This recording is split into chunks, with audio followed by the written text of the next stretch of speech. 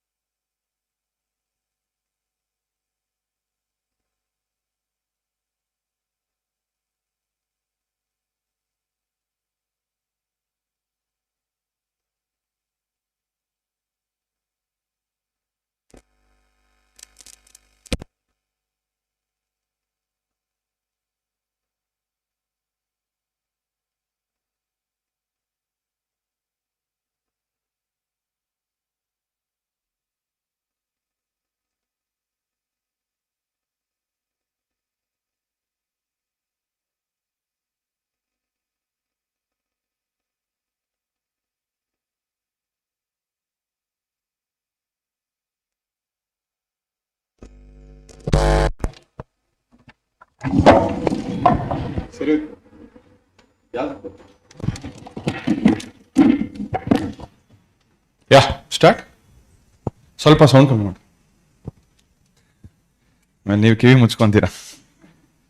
So good evening. So welcome to Prelims Express. Again, unfortunately, Nikhil sir is not well. Third consecutive week. Hopefully recovers. So meanwhile, again we have started a special part of Prelims Express known as Current Affairs for 2026. Okay. So and basically current affairs to the point. What do you mean by current affairs to the point? What is needed from the exam perspective? That's it. Because again people say that UPSC current affairs is overhyped. UPSC never asks directly questions from current affairs. Rather he will go back and ask the basics about current affairs. So again if you observe, these are some of the topics that have been recurrently in the news. Recurrently I think SIR, what is SIR? Special intensive revision. Multiple times it is in the news, and unfortunately I saw not much content is also available on this particular issue. Okay, no videos also. So this issue will be covering along with the role of Election Commission of India in conducting a free and fair election. Okay, so along with this again there is a direct link to something known as Representations of People Act 1950 and 1951. So here we'll be discussing what is the exact difference between Representation of People's Act 1950 and 1951 also. Okay, there are probably around 300 slides, but again if you write down 300 slides it will come down to 20 pages, that's all.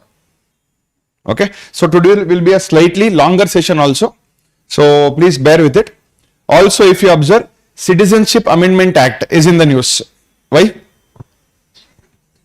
Any idea? Government started giving citizenship to a lot of people who have come from the three neighboring countries. So that is why it is there. People went to the Supreme Court saying that there is a violation of Citizenship Act or Article 14. Why are you giving it to only people of how many religions? 6 religions. Why are you discriminating? Also one section 6A of Citizenship Act was in the news. I think Supreme Court upheld it also. Okay. So what is section 6A of Citizenship Act will be knowing it when it was introduced into our constitution. Okay, that will be linked to something known as Assam Accord. Okay, so Assam Accord, there is a link between this and this. Meanwhile, small topic known as National Registry of Citizens will be reading together. All right, then 6th schedule recurrently in the news. Why? Yes, Ladakh, and before Ladakh even Arunachal Pradesh was demanding to be introduced into 6th schedule. So we should be knowing what is 6th schedule, what is the constitutional provision of 6th schedule, and what are the provisions under 6th schedule, and what is the power of parliament and the governor when it comes to 6th schedule and 5th schedule. That is where he is going to confuse us. Parliament will be replaced by governor, governor will be replaced by president. So we need to have a clarity about the differences between 5th and 6th schedule. That we are going to read it here. Next we have presidential reference again in the news. Why was presidential reference in the news? Yes, 14 questions were asked by the president Draupadi Murmu, and even the Supreme Court also gave some suggestions. Okay, so what was the number or which presidential reference was this? First, fifth, second, third? Okay, I'll only give you option 16 or 17. or 15? Check and tell me. You are only giving me 3 options also. Good. Make mistakes here. You will not repeat this in the exam. Check ಮಾಡಿ charge ಇಲ್ಲ ನಂದು phone. ಇನ್ನು ರಾತ್ರಿ net pack ಉಳಿಸ್ಕೊಬೇಕು. ಏನು ಗೌಸಾ? Recharge ಇಲ್ವಾ? ಅದಕ್ಕೆ ಯಾವ್ದಾದ್ರು government should bring some scheme for that. Which number? 15, 16 or 17?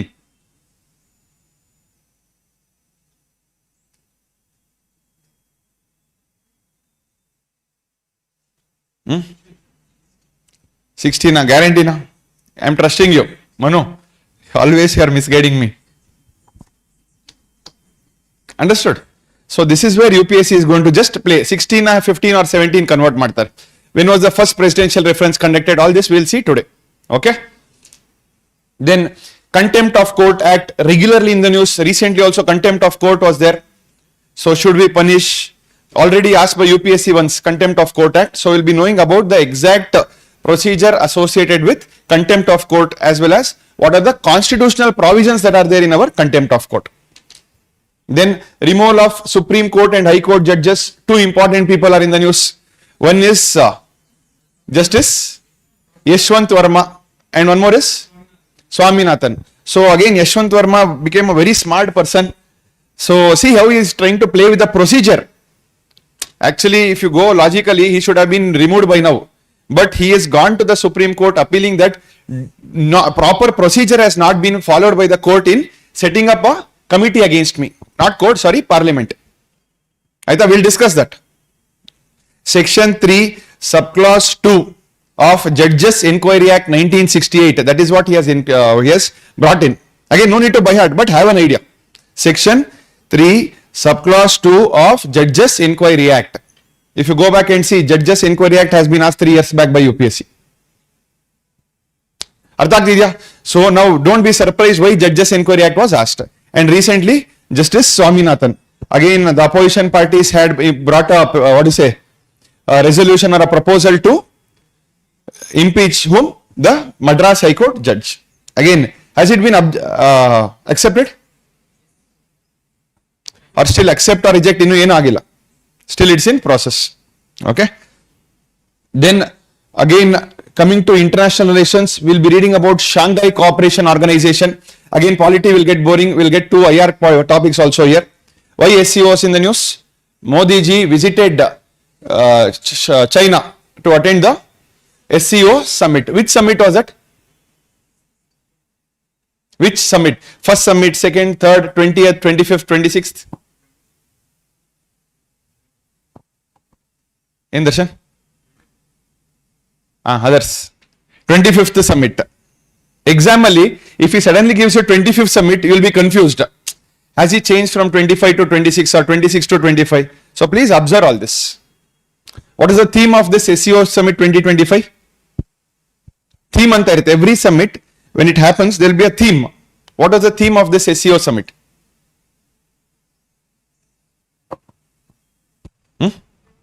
RATS, no. That is a different initiative. Don't mix. RATS is a part of SCO. Okay. Who is the latest member to join SCO? Bulgaria na Belarus? Belarus. Very good. Recently 10th member was added last year, known as Belarus. Okay. Is India a member of SCO? Yes, that is why Modi ji went. So entire members who is not a member, that also will be discussing under SCO. Then Article 200 and 201, briefly we'll read the procedural aspect. What is mentioned in the Constitution we'll be reading.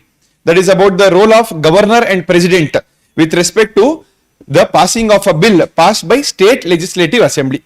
Okay, that is the one which is actually controversial now. Okay, we'll read the basics about that. And then Pakistan-Afghanistan border dispute. It has become a very big issue recently.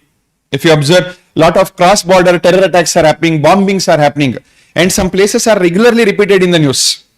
Okay, we will see which are the places. There is one important river also that is in the news.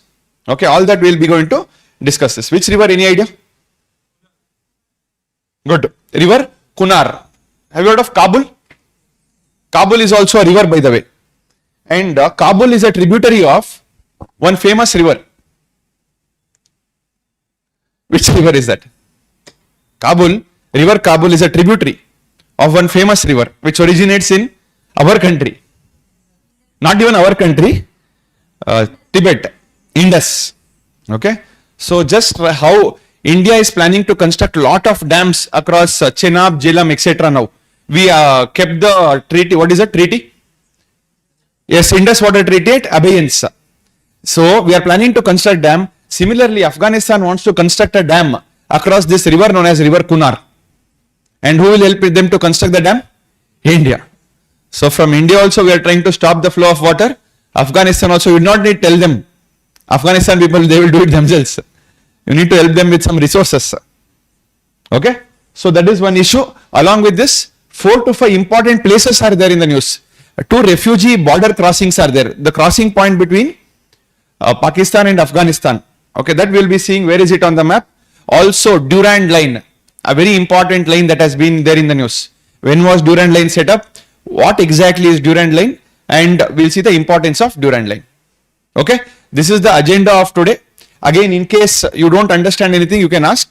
Again, we'll try to, because see, this is not a basic polity class. This is more of current affairs revision class. Okay, so we'll try to keep it fast. So first topic we are going to start with is known as special intensive revision. Again, what do you know about special intensive revision? Again, in Bihar it happened. Another 12 states and union territories it is supposed to happen. Tamil Nadu also I think it has started. Okay. Why they are doing this? Very good. To prevent the doubling of electoral rolls. I am a smart person. I will have one electoral roll in Delhi and I will have it in my village also. Because both elections happen at different times. I will go to Delhi and vote there. I will come to my village also and vote. That is one reason. Good. Lot of people would have died. Yes. So any excessive voters that are there will be removed. Migration. Issue in India is more than 400 million people migrate within our borders. So the issue is where will they have their voter card, or do they have multiple voter cards, and they want to eradicate this to maintain the integrity of the electoral process. Okay. So that is the reason why this voter special intensive revision is also being done. Again, which are the acts that have you or which are the articles that you have seen with related to special intensive revision? Any articles, any sections? Very good. Article 326 is in the news. Good. This color is visible? 326. Good. 21(3). Very good. Of Representation of People's Act. What does it say? At any time you want to revise the electoral roll, you can do this. Representation of people. We'll discuss all this. 324 is in the news. What is 326, sir?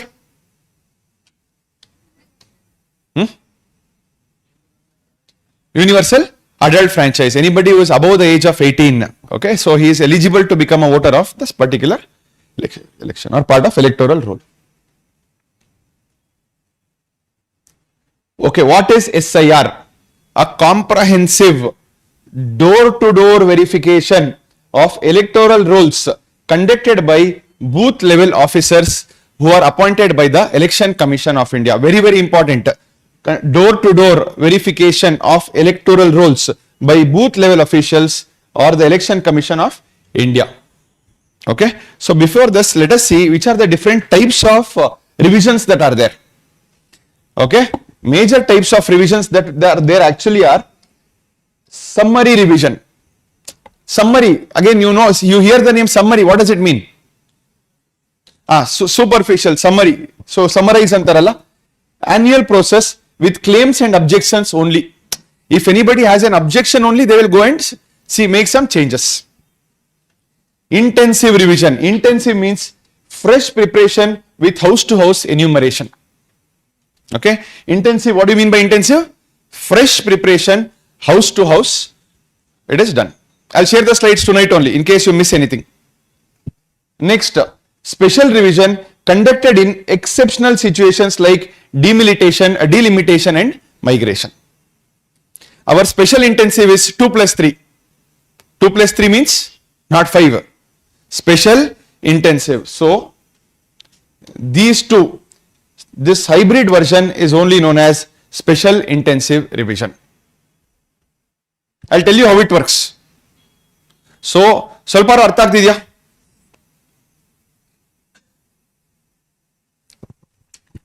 It aims to update, verify, cleanse the voter list by systematically removing duplicates, deceased voters, migrated individuals and ineligible entries also.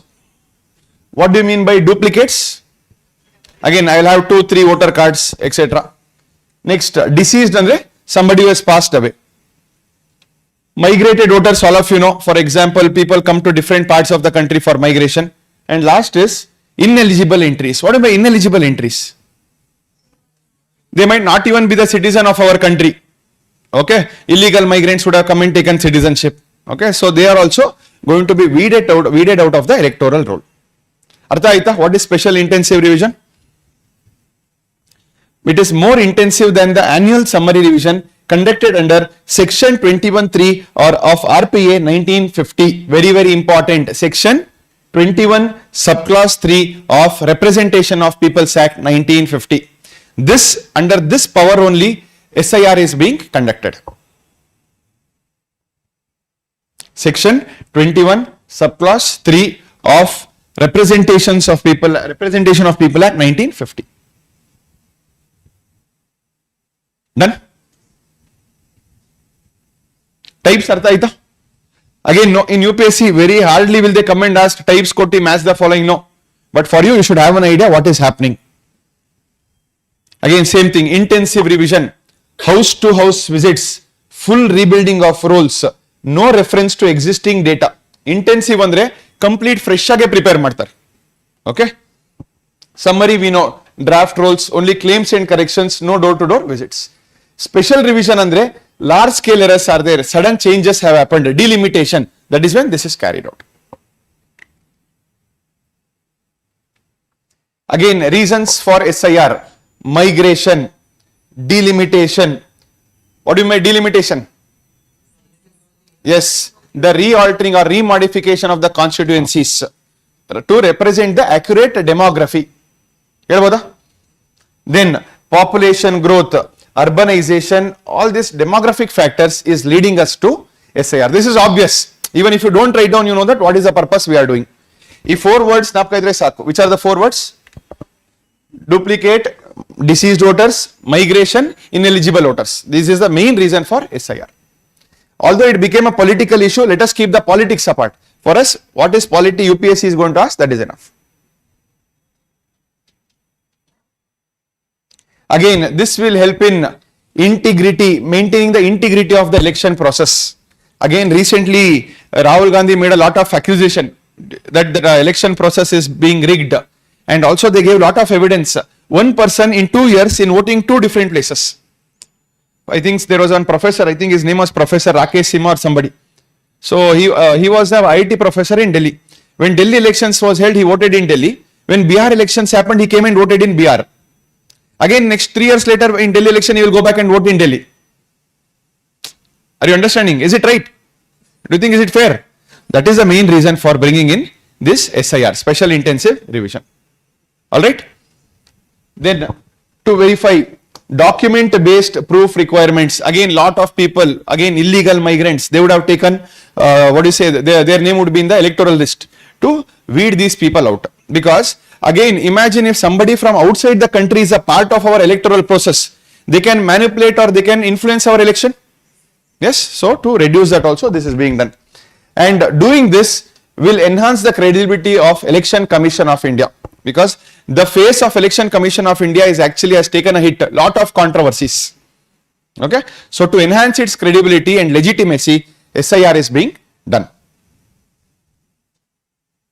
Again, challenges, it's okay, it is majorly means related. One challenge irutte neevu heli. Bihar had 8 crore voters, and imagine verifying 8 crore voters in 1 or 2 months. Is it possible? Very difficult, correct? Again, imagine many people won't have documents. Imagine the case of people who are poor migrants, daily laborers. Again, they will face a very big challenge in ensuring that their name comes in the voter list. Okay, challenges, mains part, let us skip it now. When was the first SIR conducted, sir? The first revision post-independence was conducted in 1952 to 1956, broadly during this period. Again, chances are very less because very difficult to pinpoint the exact years. It was a very large, intensive revision. Why? Because today we are in 2024. Again, I think the current SIR will go to next year also. ಈಗ 12 states ಮಾಡ್ತಾ ಇದಾರಲ್ಲ, it will go to next year also. Okay, so just we will remember as a group. So when was the first special intensive revision or revision conducted? 52 to 56. And before this, 2002 to 2004, 20 years back or 22 years back, the recent special intensive revision had taken place. ಅರ್ಥ ಆಗ್ತಿದ್ಯಾ? So almost 20 years since electoral rolls have been actually revised by the government or by the Election Commission of India. This necessitated the need for electoral rolls revision. ಅರ್ಥ ಆಗ್ತಿದ್ಯಾ? Again, if you see 1990s also some modification had happened because that is when electoral photo identity card was introduced. Epic. Till then there was no photo identity card. You just had the normal card. So 1993 lo changes aitu. Let us not go in depth. Broadly for SIR this is enough.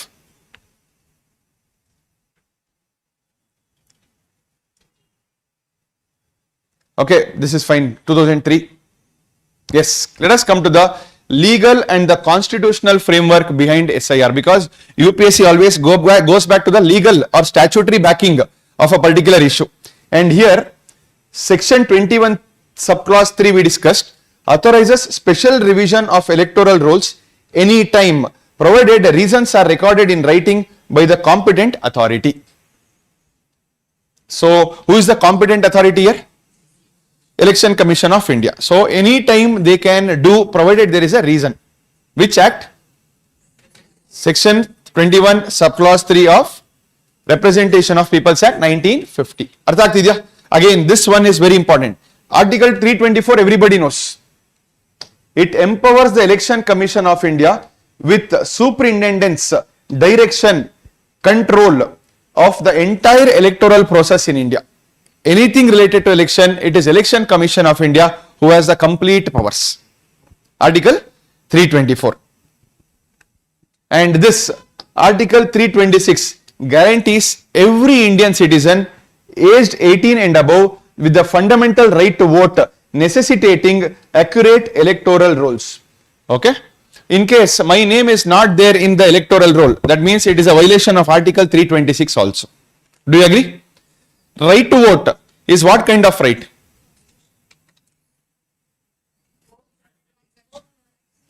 Fundamental right, constitutional right, statutory right, none of the above.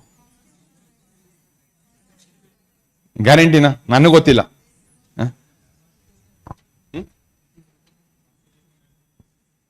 Fundamental right antola, constitutional and what do you say? Yes, statutory right. Okay, fundamental right antu alla ashnap karli. Understood? Legal frameworks. Then RPA 1950, some basic sections that are there. Also remember that in our mains, salient features of Representations of People Act is there. So that is where this can actually appear if not asked in prelims. Section 16 provides for disqualification. Who is not supposed to be on the electoral rolls? Non-citizen, unsound mind, corrupt practices, etc. Again, 16 andre, just remember that who is not eligible to be on the electoral rolls. Then we have section 19, mandates 18 plus age on qualifying date and ordinary residence in constituency. What by qualifying date? January 1st, April 1st, and the qualifying date kodtare when they are going to be eligible to become voters. Section 20, okay, if you don't remember, but defines something known as ordinarily resident.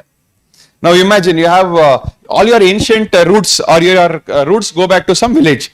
Your parents were born there, but you were born and brought up in Bangalore. So what about your parents? Are they ordinarily resident of the rural area or the urban area where they are living in? That is decided by this section of section 20 under RPA 1950. Ordinarily resident. Okay.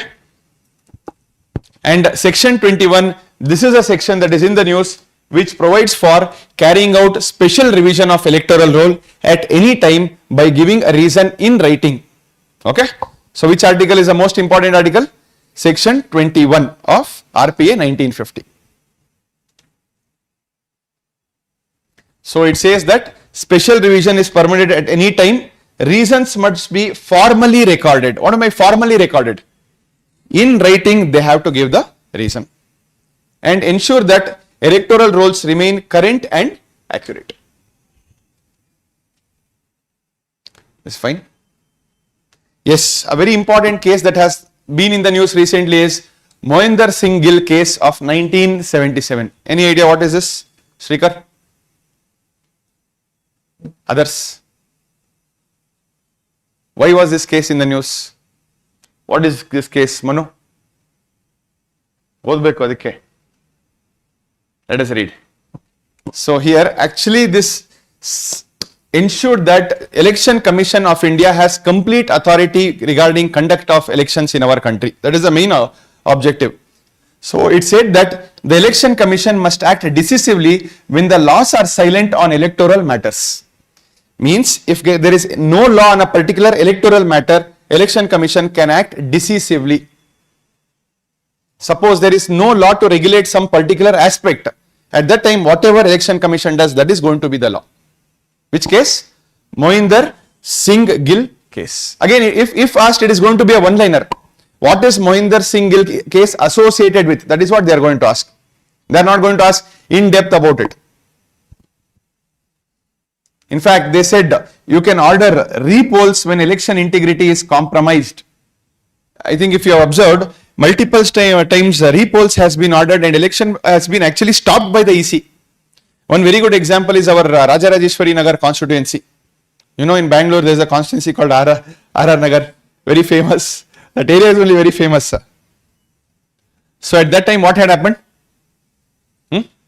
In one house a lot of voter identity cards were found. That is when elections were countermanded by the Election Commission of India. Also, I think you have heard of TTV Dinakaran, nephew of, you know, Jayalalitha? This you know, nephew of Jayalalitha, I think, he is TTV Dinakaran. So during election in his constituency, huge amount of cash was found. And soon Election Commission decided, I am going to postpone the elections. Means I am telling you what are the powers that are there with Election Commission of India, even if it is not mentioned. Article 142 kelidira. What is 142? To do justice, Supreme Court can pass any laws. Similarly, our Election Commission has powers when it comes to Election Commission. Arthat idya? See the last line. If laws under Article 327 and 328 are silent, Election Commission can act independently under Article 324. This is what Mohinder Singh Gill case is about. Fine? Today first time you are hearing this case. If you read the newspaper, you will find all this.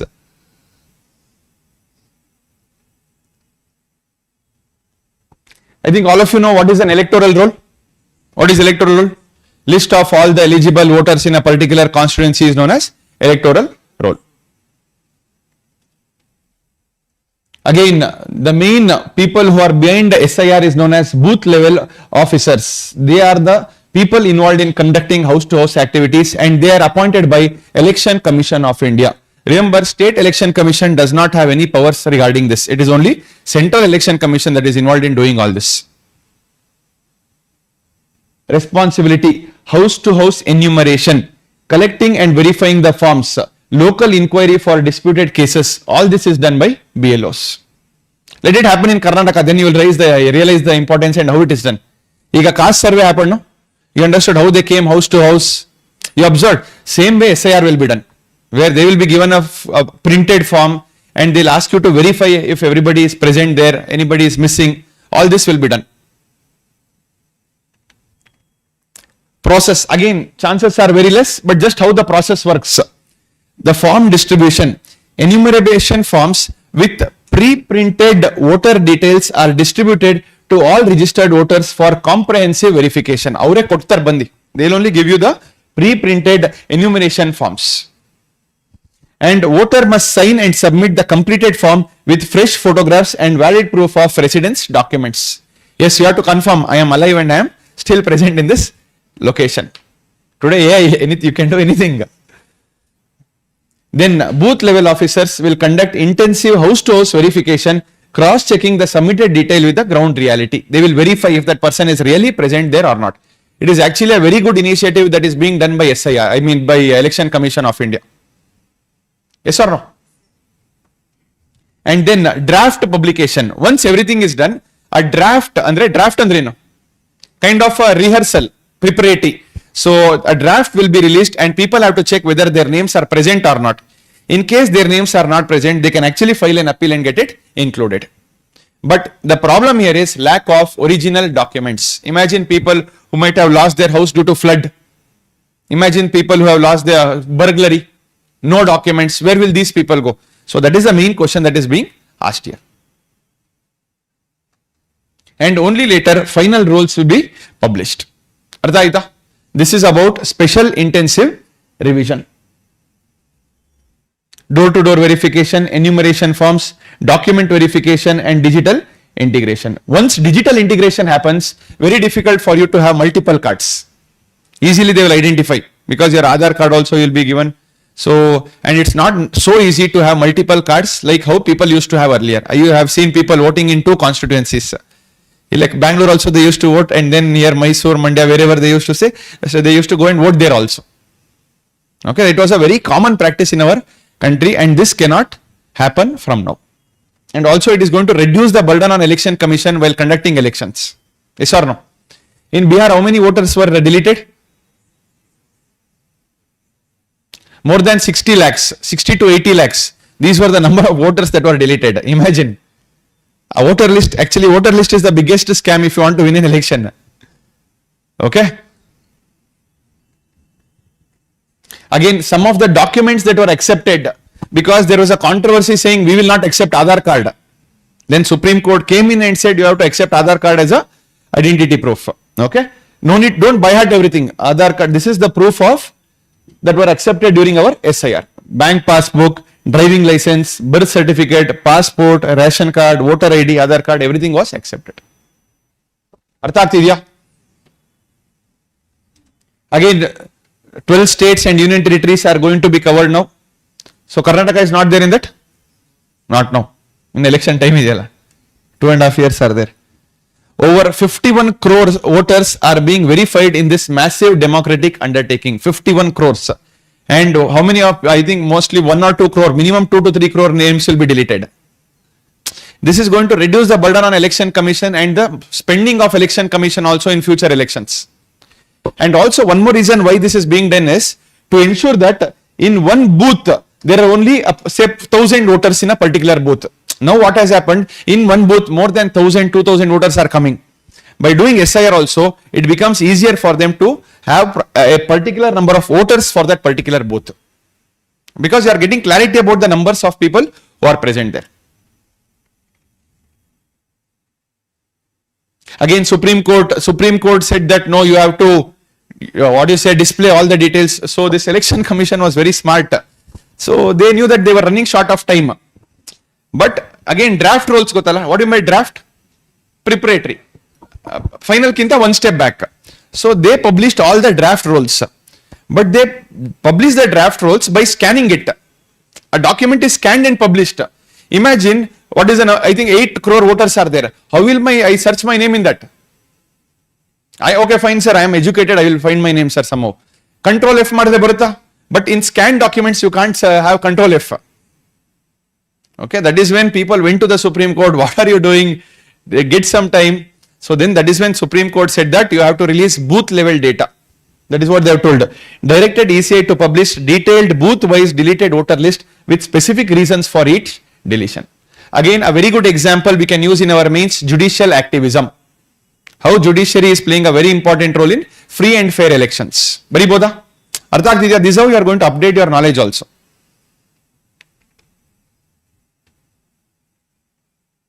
Significance done, challenges done. Again, it became a very big political issue. Let us not go into the political issue. But question here was, people started getting confused. If my name is not there in the voter list, then am I not a citizen of the country or not? Correct, that is the next doubt. I don't have proper documents, electoral law, next country in the. But then they clarified that this is nothing related to citizenship, this is only related to electoral rolls, that's all. Alright? Meanwhile, see, special intensive revision verifies the only eligibility to vote conducted by Election Commission of India. At the same time, we have something known as NRC, we'll go in depth. So this NRC is being done to determine Indian citizenship. Okay, don't get confused. And this is being conducted under Citizenship Act of 1955. Focus is on citizenship proof, whereas here focus is on residence and age. Andre, is this person present here so that his name can be put in the voter list? Arthak Tidya, please don't get confused with SIR as citizenship and NRC. And currently remember, NRC is being done only in Assam. When was the first NRC conducted? Any idea? Srikar. Not even close. Check and tell me, when was the first NRC done?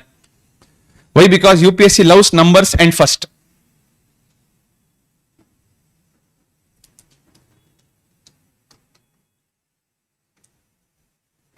Good. 1951. We'll discuss what is NRC. It is a very important topic. Now also it is being done. We'll discuss that.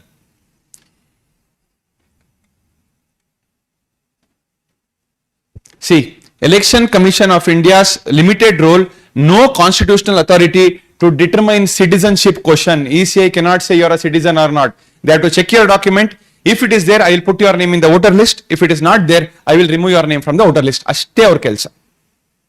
Artha aita?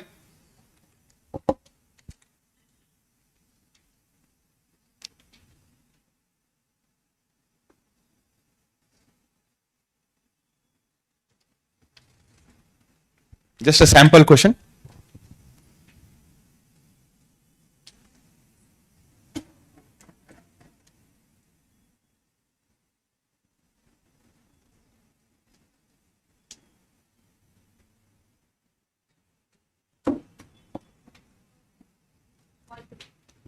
It is conducted under RPA 1950, correct?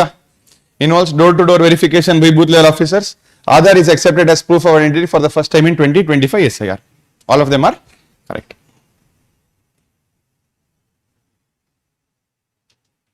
Again, just a summary of what all we did or what all we have studied. Again, you can go back and revise. Again, tell me which articles are very important to remember.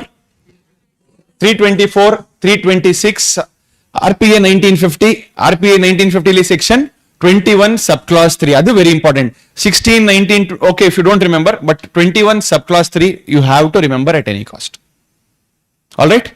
Any doubts? SIR? Artha aita? I hope you got some clarity about what is SIR. Mohinder Singh kill case. What does it do? Yes, it gives more powers to Election Commission of India. Even if there is no law, nothing written in the Constitution, Election Commission of India will get the power to conduct a free and fair election. Yes, let us start with the next topic, that is Election Commission of India. Which part of our Constitution talks about elections? Part.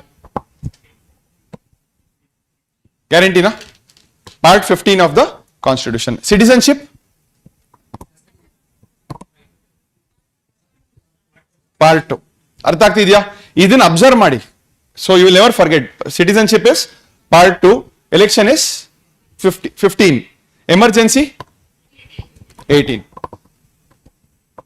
Yes, key responsibilities of Election Commission of India to conduct elections for Lok Sabha, Rajya Sabha, state assemblies, vice president and president.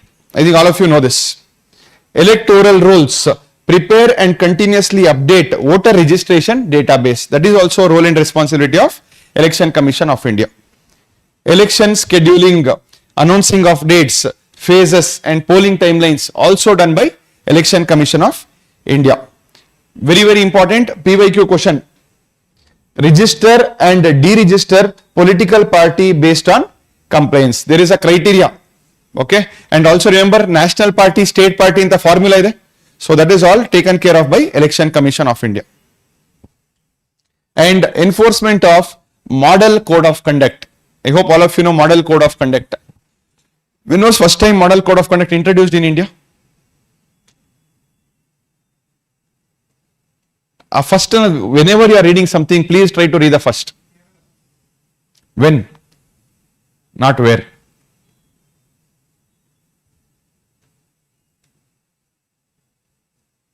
In Darshan? 1960. 1960-61. First time Model Code of Conduct was introduced. That was only on to test how it is going to work, it was introduced. Election scheduling and conduct. All of this, you know, you don't have to remember anything by force. It establishes polling stations, ensuring accessibility for all citizens, including remote and difficult terrain area. Whose job it is to set up election stations? It is Election Commission of India. Security coordination, central armed forces, coordination with state police, etc. If you observe, in sensitive areas, CASF, CRPF, Assam Rifles, they are brought in to conduct election. Who coordinates and bring them? It is our Election Commission. Staff recruitment and deployment, recruits and trains millions of polling officials, ensuring neutrality and efficiency. For example, banking officers, teachers. So government officials, they are allocated particular roles and responsibilities by Election Commission of India. You observe, that is why especially people working in the government, whenever election comes, they will be given election duty. Nomination and scrutiny. The candidates who file their nominations are also scrutinized under the monitoring of Election Commission of India. A returning officer nodkontane, but who will give us the rules? Election Commission of India. Again, quasi-judicial powers and dispute resolution. Party recognition, resolves disputes over political party status and election symbols. Example, recently Shiv Sena, before that, what is Jayalalitha's party? AADMK. When the party gets split, they will start fighting. I am the original Shiv Sena, I am the original Shiv Sena. That is when Election Commission of India will solve the disputes between both the contesting parties. Artha agtidya?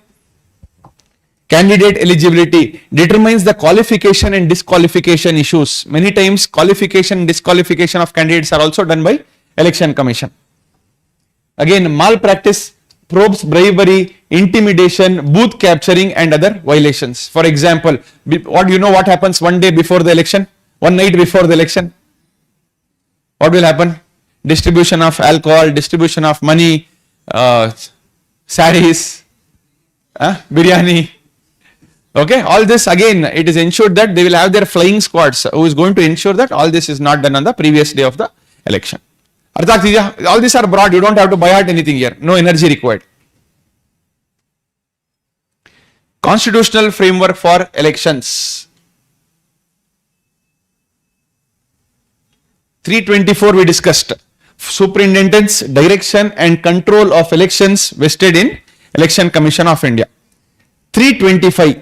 No person ineligible for inclusion in electoral roll on grounds of religion, race, caste or sex. Nobody on the basis of race, religion, caste or gender shall be denied a place in the electoral rolls. 326 we discussed. What is 326? Anybody who is above 18 years, universal adult franchise. 327, Parliament's power to make provision for elections to legislature. So Parliament is given the power to make any laws related to any election. Ad pass adre that power will be according to the law passed. If it is not passed, it will go to the Election Commission. This is what our Mohinder Singh Gill case told. Similarly, which article, for example, gives power to the Parliament to make laws for citizenship? Very good. Article 11. Article 11 anta is the Indian Constitution. All of you know Indian Constitution. How many articles are there? Original, but current today. Manu. So what 4? I want exact number. Huh? 4? Guarantee na? Tappadre? Burstina adane punishment. Right hint.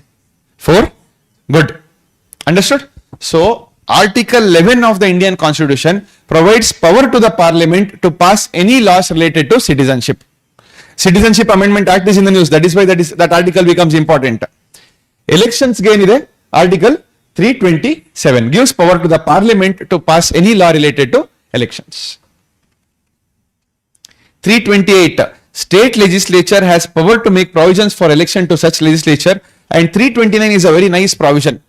Bar to interference by courts in electoral matters. Does it mean anything that happens with Election Commission of India and elections are not subject to judicial review?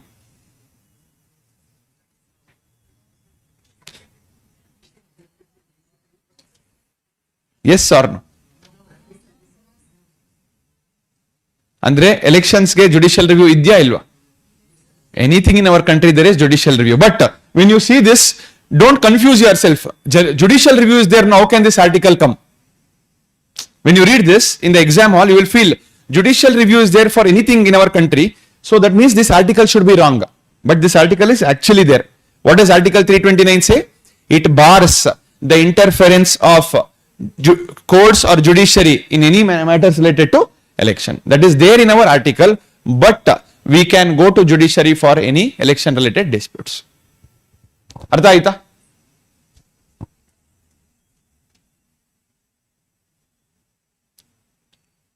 (326) Also, please remember a very nice judgment, POCL versus Union of India case.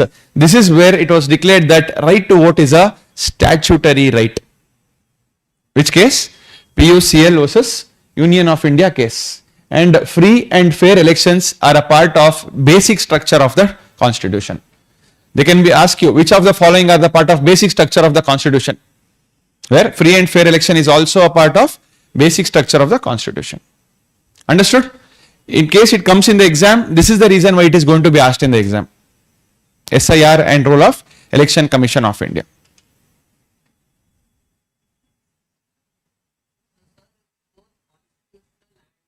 Yes.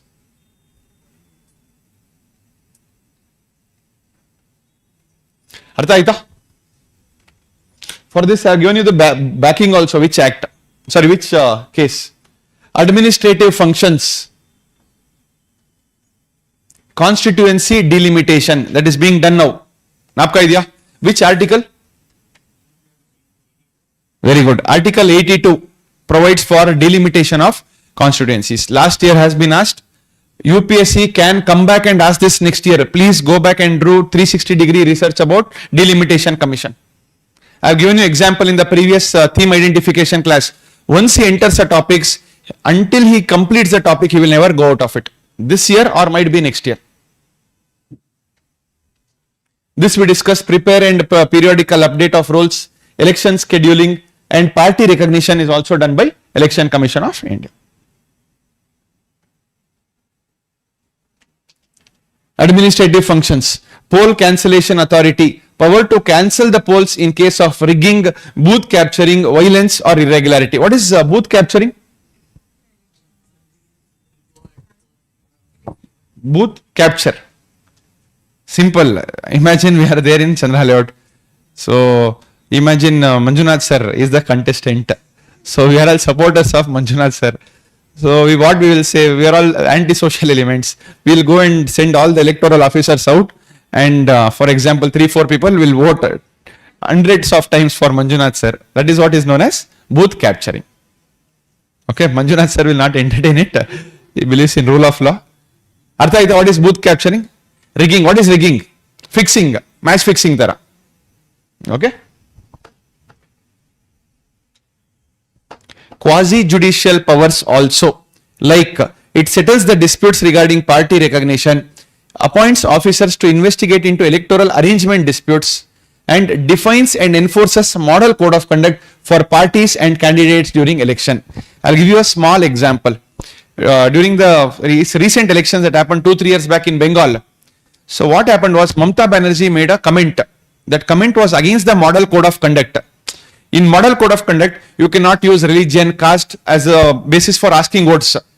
Since Mamata Banerjee broke this rule, she was given a 1-day penalty by Election Commission of India not to go and carry out what? Canvass. Artha agtidya? That is how quasi-judicial powers are there with Election Commission of India. But usually they do not do that. Why? Because it will be applied partisan manner. That is why model code of conduct was called Modi code of conduct by Mamata Banerjee. And if Mamata Banerjee comes to power, it will become Mamata code of conduct. You observe Election Commission of India, what is the eligibility criteria? Is there any eligibility criteria? Yenu illa. Okay, usually they are appointed by the executive. Now the collegium has been created now recently. Okay, which case? There is one case where Supreme Court actually created a collegium for Election Commission. Very important case. Check madi. 3 words are there in that. Manu, PSIR is crying. See which case Supreme Court declared a collegium for appointment of election commissioners. I think it starts from A. Very good. Anup Singh Banarwal. However, that you don't forget. It doesn't matter. Anupanta Banta, Anup Singh Banarwal. That is the case where Supreme Court declared the collegium. Please observe all this.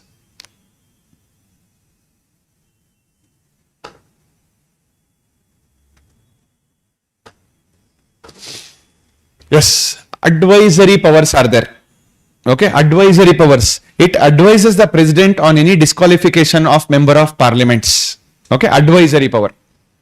State legislature advises governors on MLA disqualification. All these are also some advisory powers of Election Commission of India. I think all this is not given in our Lakshmikant. Idya? Confused? Huh? Idya? President. Artha aita done? Special intensive revision done. Role of Election Commission of India done. Any doubts? One small doubt. Election Commission of India, the funds that are allocated to Election Fund of India, is it voted by the Parliament or charged expenditure on Consolidated Fund of India? I don't know. Is it voted by the Parliament or charged expenditure on Consolidated Fund? Nanu gotilla. It's a question to you. That is homework for next class. Okay? Yen Manu? Adhellu illa actually. Voted. Generally, it is not mentioned, but it is usually voted by the Parliament. Again, any political party that has come to power has resisted in bringing any reforms to Election Commission of India, because they want Election Commission of India to be under their control only. And you observe, no political party will appoint an election commissioner chief who has a term of 6 years. You observe, historically, anybody who has a term of only 2 to 3 years will be appointed as chief election commission. Because if you give him 6 years, he is going to be very difficult to be removed. He is removed equivalent to a Supreme Court judge. So 2 years, he will come, he will do his duty and he will go back. So this ensures that election commissioner usually acts according to whatever the executive does. You observe, in fact, this is very true. Because if you give them 6 years, they will become completely independent. Okay? Done. RPA 1950, RPA 1951. Broad difference will be knowing. In-depth bada. Basic differences.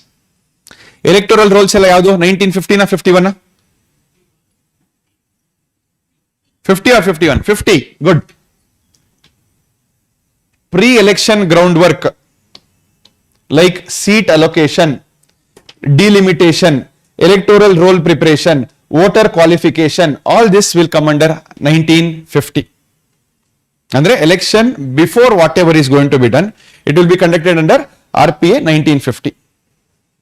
Broadly, 1951, how elections are conducted, polling procedure, candidate qualification, electoral offence, dispute resolution mechanism, all this is asked under RPA or is in RPA 1951. 50 lane seat allocation. What am I seat allocation? How in states, how many seats are given to particular states? All this is here. Delimitation, gotidiya? Yes. Electoral roll and voter qualification criteria. Where is it present? 1950. Chances are UPSC can change 50 and 51 and ask. UPSC likes to ask this, match the following questions. The procedure, candidate qualification and disqualification, electoral offence and dispute resolution is taken care of by 1951.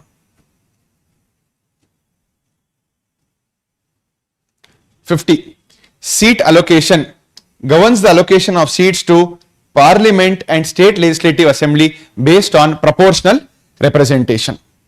Voter eligibility specifies voter qualification, disqualification, etc.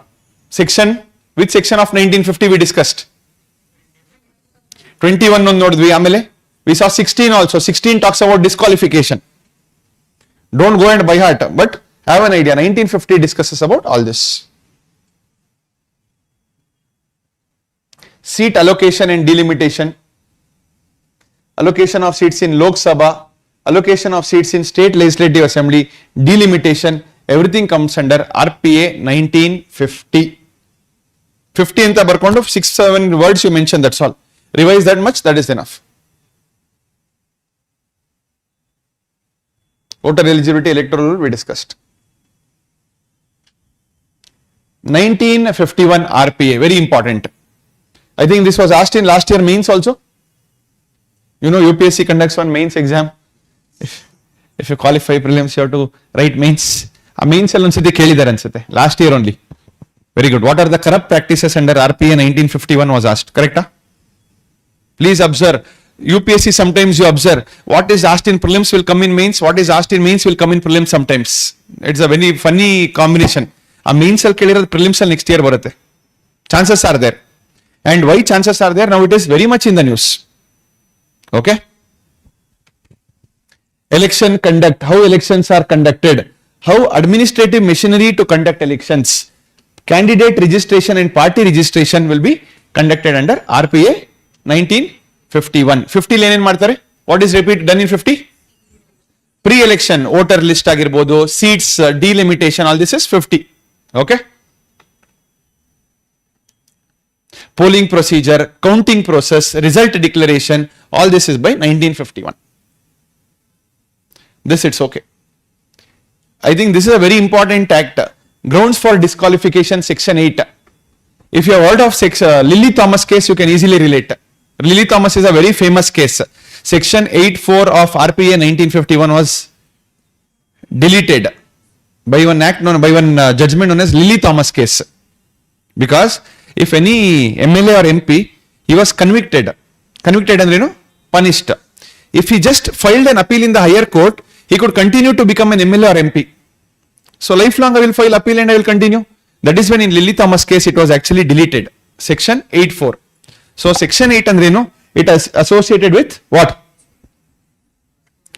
Disqualification of MPs and MLAs. Artha agtidya?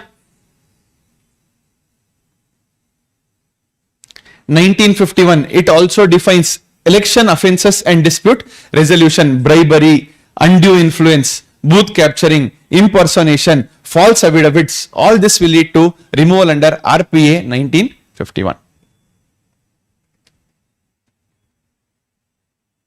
So this is the entire 1950 and 1951. You can go back home and revise. Artha aita?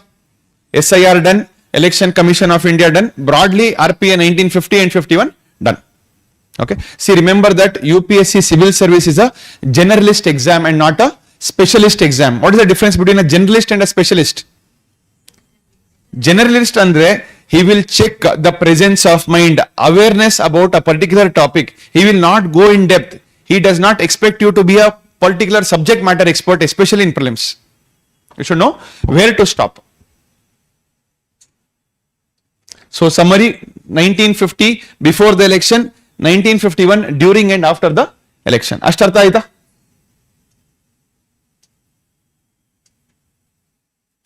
Yes. Next topic is RPA, not RPA, sorry, CAA, Assam Accord, NRC, etc. So what all do you know about this? Let us first brainstorm. I think CAA, all of you know.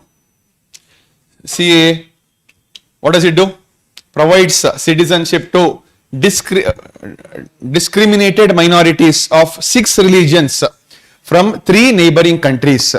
6 religions is Hindus, Sikhs, Parsis, Jains, Buddhists, Christians. No Jews, no Muslims. Only 3 countries. Which 3 countries? Afghanistan, Pakistan and Bangladesh. Correct? Good. Apart from this, what else do you know?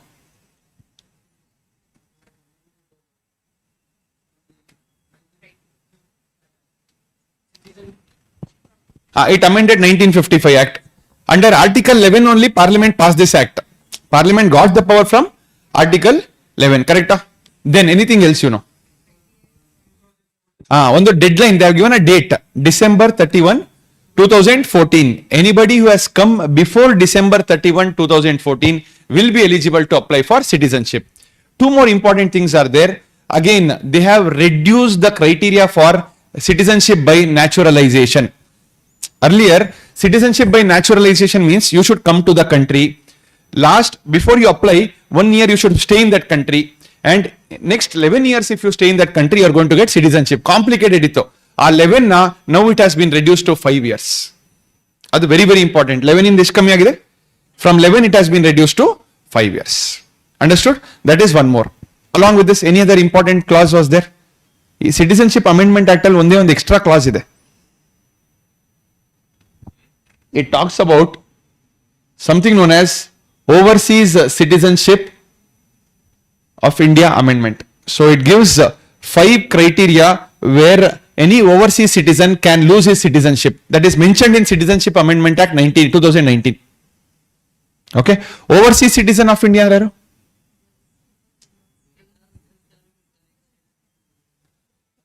Again, be careful. OCI andre yaru, NRI andre yaru, PIO andre yaru. Who is PIO? I didn't ask full form. Our Kamala Harris, family lineage that is traced to India. Overseas citizen of India. They are working abroad, but they are Indian citizens. So, 5 criteria. Registration through fraud, disaffection to constitution, engaging with enemies during the war, threat to sovereignty, and conviction with 2+ years of jail within 5 years of registration. All this will lead to removal of your citizenship. Anta Citizenship Amendment Act only has a provision here. Okay. Don't be surprised if you suddenly see this. So let us come back and start with Citizenship Amendment Act. Before that, any exclusion is there? Any exceptions to Citizenship Amendment Act? Very good. 6th schedule and inner line permit areas, it is not applicable. I hope all of you know 6th schedule. 6th schedule is a provision given to Assam, Meghalaya, Tripura and Mizoram. So to protect the tribal culture, 6th schedule was introduced. So anybody can't go to these areas and start claiming citizenship under CAA. And also inner line permit. Inner line permit is present in which states? Arunachal, Nagaland, Manipur, Mizoram. They have inner line permit. Means if you want to visit that area, you have to take the permission before going to that particular area. Ardha, that is a except. This is all about Citizenship Amendment Act. Again, some terms. Illegal migrant. A person who enters India without valid travel documents or with valid document but stays beyond the permitted time period or violates visa conditions. Means somebody who has not taken permission, suddenly he wants a good job opportunity in India, he comes to India, he is a illegal migrant. Or he has taken visa for only 1 year, but he stays for more than 1 year, he will become a illegal migrant. Or he will take a visa, come here, conduct some criminal activities. Then he is going to be termed as illegal immigrant. Artha aita? Overseas citizenship of India. Okay. A status granted to person of Indian origin, allowing multiple entry of lifelong visas, exemption, fine. All this we'll study later. Let us come to CAA 2019 and rules of 2024. Very important. 11th March 2024, MHA notified the citizenship rules of 2024. Act bandittu. Act then became rules and it was notified on which date? March 11, 2024. CAA 2009 became operational after years of dormancy due to absence of rules. Law was there, but there was no rules. So these rules were notified recently.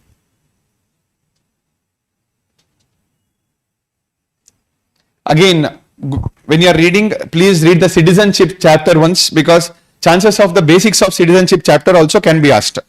Okay. Again, if you see part 2 of the Indian Constitution, Article 5 to 11 provides for citizenship. What are the different types through which a person can attain Indian citizenship? By birth, by naturalization, registration, by descent, acquiring or acquisition of territory. Very good. So these are the 5 ways a person can acquire citizenship. Okay. By birth, by descent, born outside India to Indian parents with registration requirements. By registration, special category including marriage. Suppose somebody will marry an Indian citizen, so they will be given Indian citizenship through registration. By naturalization, they will come to India, they will try to naturally become an Indian citizen by staying here.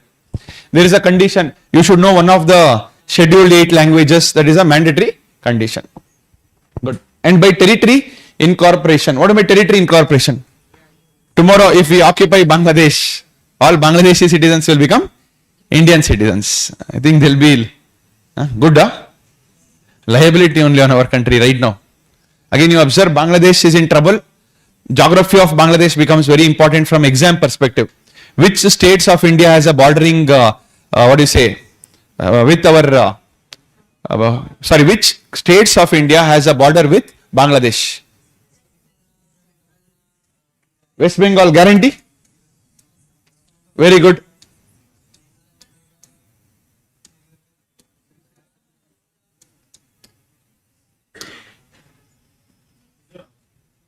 What about Manipur? Guarantee? What about Arunachal? Yes or no? What about Nagaland? Nagaland? Yes or no? No. Very good. So remember the formula, no man in Bangladesh. No man in Bangladesh. Again, why? Because in the exam, Arunachal, Nagaland, everything will look similar. Mizoram will become Manipur, Manipur will become Meghalaya. So remember, what is the formula? No man in Bangladesh. Man andre no, M for Manipur, A for Arunachal, N for Nagaland. Don't forget the formula, A for Assam, don't get confused. Okay. Rest all states have border with Bangladesh. Remember, simply we discussed one formula for Nepal also. Which are the neighboring countries of Nepal? Which are the states of India which has a neighboring place with Nepal? Uttarakhand, guarantee? Sure? Fine. Uttar Pradesh? Bihar, guarantee? Sikkim. Very good. Bengal. I have a special formula, double-decker bus, double B, WS, double B, WS. Again, if you remember this, in the exam, you don't have to draw the map also, you automatically know which are the states. Remember Nepal Gen Z protests? So, Indian citizens went on double-decker bus to see Gen Z protests. Again, I just want you to remember. Okay, double B, W, S. B for Bengal. One more B is Bihar, Uttarakhand, Uttar Pradesh, Sikkim. There's Silvela. Is there any state with S starting with S? Nothing. So, only formula double B, double decker bus. Where is another S? Don't get confused. Only double B, W, S. And for Bhutan also we have a formula. Bhutan has beautiful mountains. So, we saw Bhutan. Saw Bhutan. S for Sikkim, Assam, Arunachal Pradesh, West Bengal. 100% guarantee. And the complete copyright and patent is for me. I have created this formula. Where there is credit, we can give it to somebody else. This is my copyrights. Why? Because 10 years back, UPSC liked to ask such questions. He used to give them a country and ask which countries or which states have a border. Tell me the formula for Bangladesh. No man in Bangladesh. Okay. M for Manipur, Arunachal, Nagaland. Manipur, Arunachal, Nagaland. Formula for Nepal. Just remember Gen Z protest. How did we go? Double decker bus. Double B, W, S. B for Bengal. B for Bihar, Uttarakhand, Uttar Pradesh, Sikkim. Correct? Na? And Nepal, Bhutan has beautiful mountains. I saw Bhutan. S for Sikkim, Assam, Arunachal, West Bengal. Artha aita? If UPSC is smart, he will ask which of the states have a border with both Bangladesh and Nepal. Does any state have a border with both Bangladesh and Bhutan? West Bengal. Which state has a border with both Nepal and Bhutan? Not all formula ಇದೆ. Sikkim idya? Yes, very good. Sikkim is there. Bengal idya? Yes. Okay, these two states have a boundary. Again, are you understanding? If he wants to make the question difficult, this is how we can make it difficult. All right. So let us come back to citizenship. Again, in case territory is incorporated. Again, termination of citizenship by renunciation. Renunciation, I will only give up. Lot of people, more than 1 lakh citizens have actually given up Indian citizen in the last 1 year. Why? Climate change. Where are they going? Obvious. Mars ko agata. They are majorly going and getting citizenship of OECD countries, developed countries for a better lifestyle. Some are going to West Asia also because there is easier tax, better standards of life, etc. Termination, automatic loss of voluntary acquisition of foreign citizenship. Without informing the government, I'll go and become US citizen. Automatically, my name will be removed here. And also deprivation by fraud, disloyalty. Suddenly, you team up with Pakistan, you become a Pakistan spy. Immediately, your citizenship will be removed. Artha aita? These are the ways citizenship is removed. Again, illegal immigrant we know. Yes, let us come to CAA. Again, 6 eligible communities. Hindus, Sikhs, Buddhists, Jains, Parsis, Christians. So who are not there? Are Jews there? No Jews, no Muslims. Source countries, Pakistan, Bangladesh, Afghanistan. Remember, they should be persecuted minorities. Persecuted andre no. Because they belong to a particular religion, their life should be in threat. Just because they belong to this religion, they can't come here. They have to be persecuted. And cutoff date to enter India is on or before 31st December 2014. Means whoever has come before that will be given Indian citizenship based on naturalization, provided they stay in India for how many countries? How many years? 5 years. Okay, so this is the same thing. Religiously persecuted minorities from these 3 neighboring countries. Again, many people went to the court. Sir, it is a violation of Article 14, right to equality. Why are you discriminating? What about the minorities from Sri Lanka? What about the Tamils? Tamil population also persecuted. Why are you not giving them citizenship? Why are Muslims not being given citizenship? That became a very big controversy here. Again, here only we will go to one more, something known as Assam Accord. Anybody has any idea about Assam Accord? Shrikar. Good. Assam, government of Assam, government of India, and people protesting ASU. ASU, All Assam Students Union. So what had happened was, remember 1971 war, liberation war of Bangladesh. At that time, more than 10 million refugees came to India. All right. And to save their lives, many of them migrated to India. Which are the states they migrated? West Bengal, Assam, etc. Once they went to Assam, so the demography of Assam started changing. The majority became minority and the minority started becoming a majority. Okay. Especially many Muslim people from Bangladesh came and started settling in Assam. So the local people were very angry. How can you let them inside my country? What will happen if these people come to our country? Many people are coming from Bangladesh. Our culture will be at threat, fine. Employment, competition for resources. We only don't have food, we don't have water, we don't have enough water, climate change is happening. Demographic inversion will happen. Also, the politics of the region will be altered. Yes or no? So it will add more strain to the government also. So this was the reason why the local people or students of Assam started protesting. Assam, ASU antide, All Assam Students Union. So they said we want 3 Ds. Detect, disenfranchise, and deport. What does it say? Detect illegal migrants who came to Assam.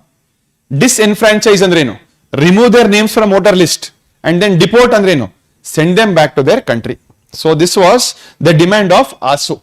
And this was identified in our Assam Accord when government said whoever came to Assam after 24 March 1971 will be sent back to Bangladesh.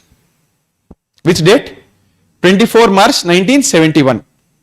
So whoever came before that are eligible. But there, they did not mention any religion. They said anyone who had come to India before 24 March 1971 will be accepted by us. Arthaktidiya here, clash of dates. Now which date shall we accept? 24th March 1971 or our CAA date? 31st December 2014. If you observe, there is a contradiction. What is the contradiction? Now, let us take the example. Many people who have come to India after 1971 till 2014. What about their status? I'll write the dates. What is the Assam Accord date? 24 March 1971. So somebody who came before this are all illegal migrants. What does our CAA say?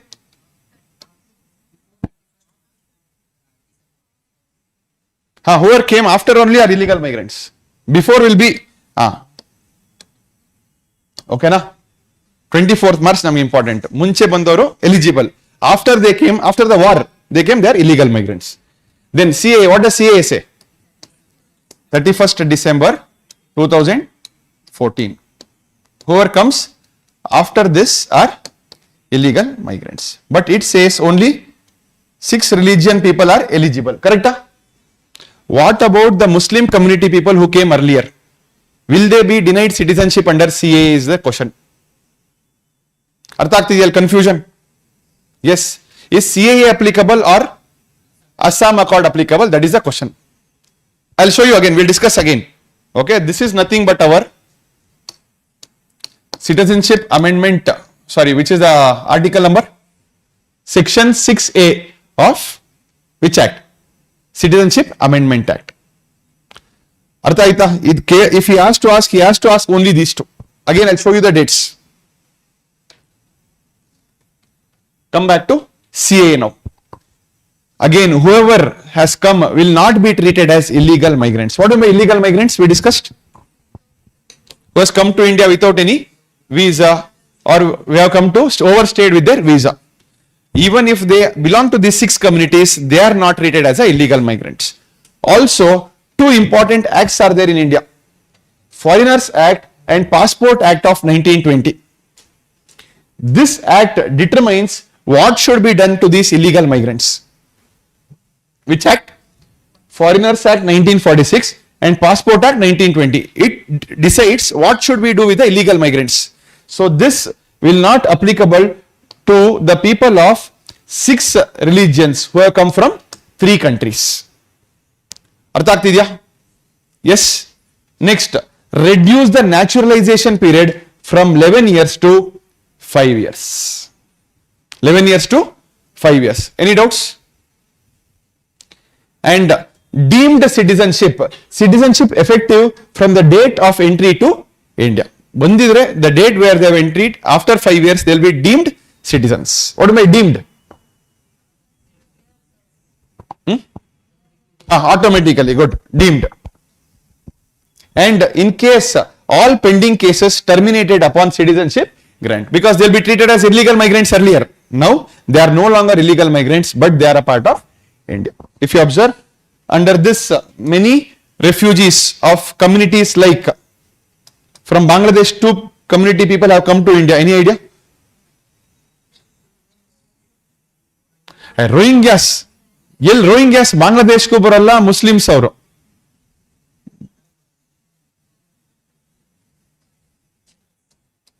Chakmas and Hajongs. Chakmas are Buddhists and Hajong are Hindus. So they had escaped from Bangladesh to India to survive. So they were also given citizenship under CAA. What is the name? Chakmas and Hajongs. Chakmas andre Buddhists, Hajongs andre Hindus. Okay, they were given citizenship under Citizenship Amendment Act 2019.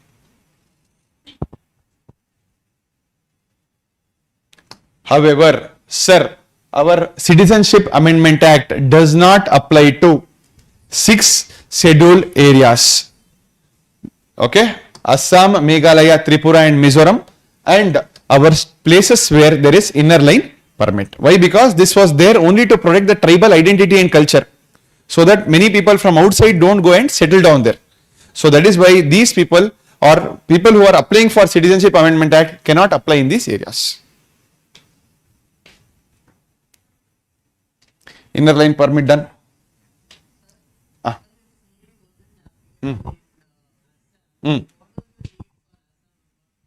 What is the need for Assam Accord? The situation, when was Assam Accords?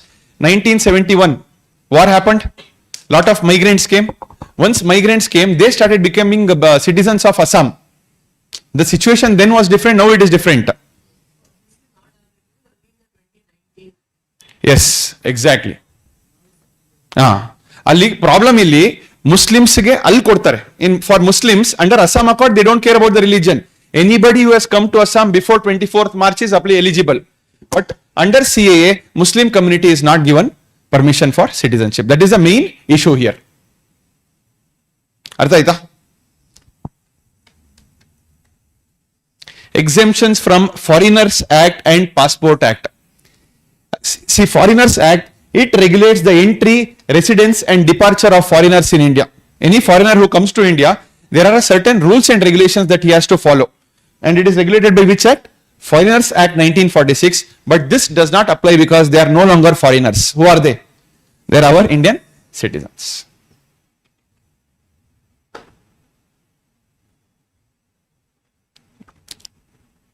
So CAA enacted under Section B, 6B of Citizenship Act 1955. Okay. Notification date very important, 11th March 2024. But when was the act done? 2019. But yavaga rules bandidu? 11th March 2024. Again 3 countries, 31st December 2014. Again this we can skip. Yes, what are the documentary requirements that are needed? Proof of country of origin. Obviously you have to show that, sir, either I am coming from Pakistan, Afghanistan or Bangladesh. So for that, birth or education certificate from country of origin, license or land and tenancy record, identity document issued by foreign government, documents proving parents or grandparents were citizens of that country. Only if you give this, you will be eligible. Or else you can come from some other country and say, give me citizenship, I am from Pakistan. So that is why these are the documents that has to be given. Again, 20 plus list of acceptable documents are there. So FRRO permit, census, Aadhaar, ration card, driving license, all this. And one criteria is no certificate needed, former language proficiency. Remember I told you naturalization. There you have to compulsorily learn one language that is present in 8th schedule. But for this, there is no necessity for you to know that language. That is also relaxed conditions.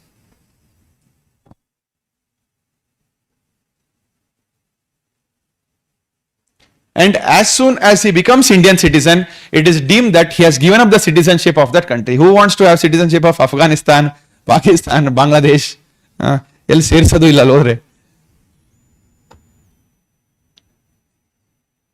Yes, please have an idea about some departments that are involved. Again, the primary processing agency at district level is Postal Department. So you might be surprised. Postal Department is given the job for processing at the local district level. Okay. And census officials, verification of residence and identity. Census officials under which ministry? Home Affairs. IB, they will do the security clearance and background check. They will see if he is any linked to any terrorist group or if he has any criminal background in that particular country. Our IB officials will check and inform. But local level al yaar madadu? Department of Post. They are involved in implementing the Citizenship Amendment Act. Again, what is your opinion? This is means. Should it be given? Should it not be given? Is it a good move? It depends on which political party you support. Let us not go into that now. For our exam perspective, this much is enough. Ardha aita? Any doubts? Shall we continue? Yes? Again, some people are arguing Article 14 is being violated. How can you classify or discriminate on the basis of religion? But again, government says, again, I want to protect the Hindu minorities and other religious minorities in the neighboring countries. Because they ignore Rohingyas. Where are Rohingyas from? Myanmar. In Myanmar, which region? Very good. Rakhine. Rakhine. In Myanmar, very important places are there in the news. Rakhine, then Sagaing, Shan region. This Sagaing region is the region where all our insurgents, Ulfa, NSCN, they go and stay in this province. What is the name? Sagaing. Where is it present? Myanmar.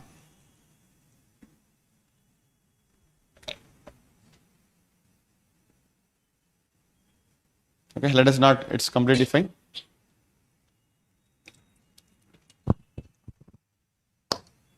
Assam Accord conflict, CAA cutoff violates Assam Accord cutoff. What is the Assam Accord cutoff? We'll discuss.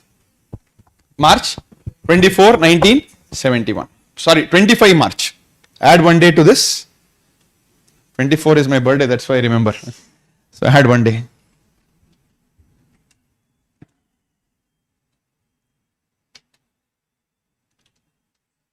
See the difference? In Assam Accord, cutoff date is 25 March 1971. In CAA, cutoff is 31st December 2014. Religion specific classification, religion neutral approach, Assam Accord. Okay? And applies only to Assam. Yaudu? Assam Accord. And this applies everywhere except ILP and 6th schedule. East difference artha aita? If you know this much difference, more than enough. Any doubts? This is fine. 6 religious communities, 3 source countries, 5 years naturalization reduced from 11 years, 20 plus documents, 4 exempted states and ILP, 22 languages also not needed. Yes, done. Next issue is Assam Accord. I think you understood what is Assam Accord. So what was the main reason for Assam Accord? Illegal migration coming to Assam from Bangladesh. That led to the demographic change in Assam. That is why ASU, All Assam Students Union, protested, and that is why Assam Accord was signed. Again, historic agreement between Government of India, Government Assam and ASU. So what was this? So very important here is, observe, anybody who came to India after March 24, 1971, okay, migrants to be detected and deported immediately. What is the condition? After March 24 and the 25th March onwards, whoever came to India, they are illegal migrants. Okay, we'll come to this. This is fine, it's okay, not for our exam perspective.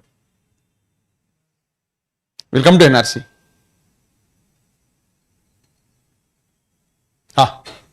What is NRC? National Register of Citizens. If I want, I will ask you, tell me full form of NRC.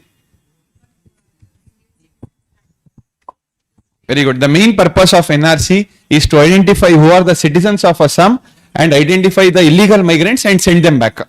Okay. It kind of gave life again to our Assam Accord. Okay. NRC is a comprehensive register of all legal Indian citizens designed to identify and document genuine citizens while detecting illegal immigrants residing in India. But currently it is implemented only in one state, that is Assam. Okay. Again, after 1951, again based on Supreme Court guidelines, they started implementing NRC in Assam. The first and only NRC was prepared in Assam based on 1951 census data. After that, now this is happening. Again, this is fine. Look at point number 3. Final NRC was published on August 31, 2009. Date I don't want. Included approximately 31 million people while excluding 1.9 million applicants. 1.9 million means 19 lakh people were identified as illegal migrants. What will you do with them? Deport. Where will you deport?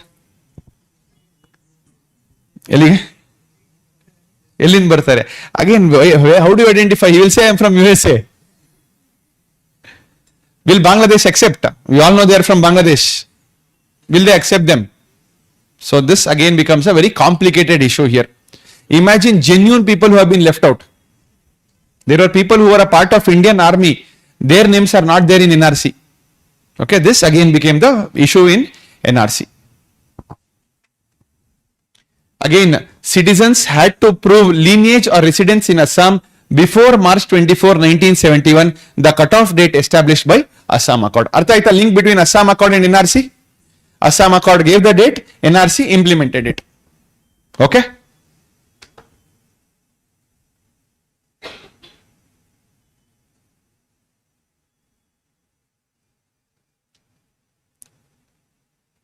Yes, legal framework. This one act you should be knowing at any cost.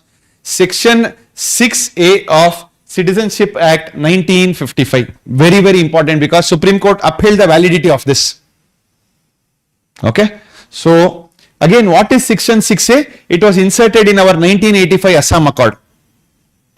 So, what it says is, anybody coming after March 24, 1971 to India are gone. They are not Indian citizens. But anybody who came to India between 66 to 1971, they will be not given voting rights. After some time, will be given citizenship. Fine. Which date? 66 to 1971. And anybody who came to India before Jan 1, 1966, unconditionally they will be given citizenship. Which act or which provision? Section 6A of Citizenship Act 1955. You have to know this at any cost. Because UPSC is asking sections of our Paris Climate Agreement only. Last year, if you observe, so this is in the news, Supreme Court upheld its constitutionality. That means this becomes important. But is religion any criteria for citizenship? No criteria. Artha aita? Good. This is enough.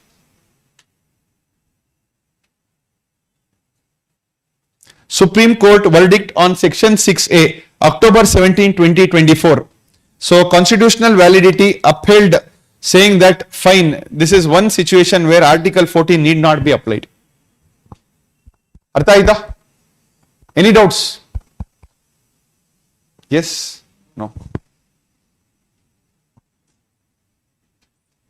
This is fine.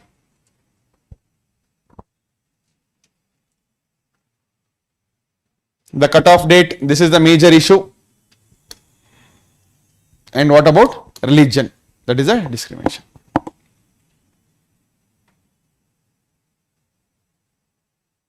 Summary. Yes. Let us go to the next topic. Again, remaining topics are 5th and 6th schedule, and then Contempt of Courts Act, SCO and Pakistan and Afghanistan border dispute. So tell me 6th schedule, what all you know. First, let us brainstorm. Assam, Meghalaya, Tripura, Mizoram. Very good. Autonomous, very important here is, it provides for autonomous district council and regional councils, and it gives powers for them to make their own laws, to have their own judicial system. Okay, idu 6th schedule. Why 6th schedule was brought? To protect their tribal identity, tribal culture, etc. Okay. So, is there any committee that is associated with 6th schedule?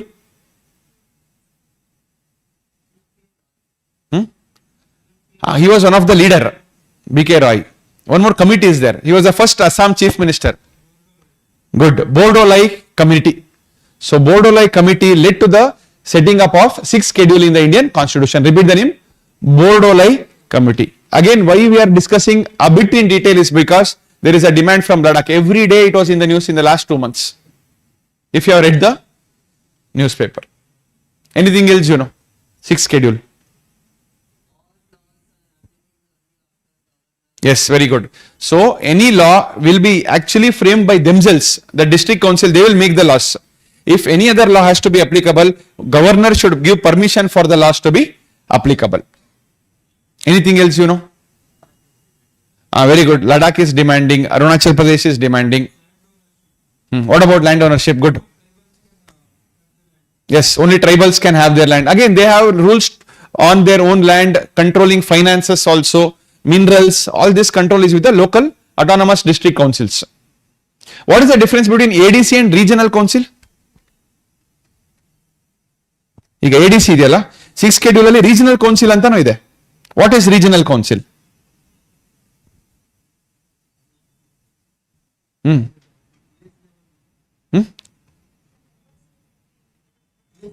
ಜೋರಾಗೆ.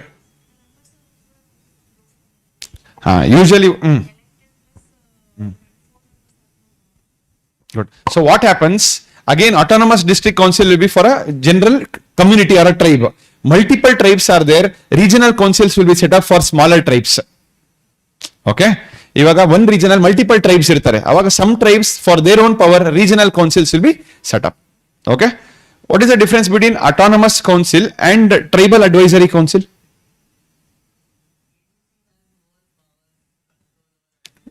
Good. Advisory, sir, it is only advisory power. Is tribal advisory council applicable to 5th schedule or not? Have you heard TAC antide? Correct? Tribal advisory council ena? Is it applicable to 5th schedule or 6th schedule? How many of you don't know? You will not mark, sir, if this question comes. Yeah, sir, risk. Mano. 5th schedule areas. 5th schedule areas. Okay. And if a region has to be declared or if a state has to be declared as a 6th schedule area, who has the powers?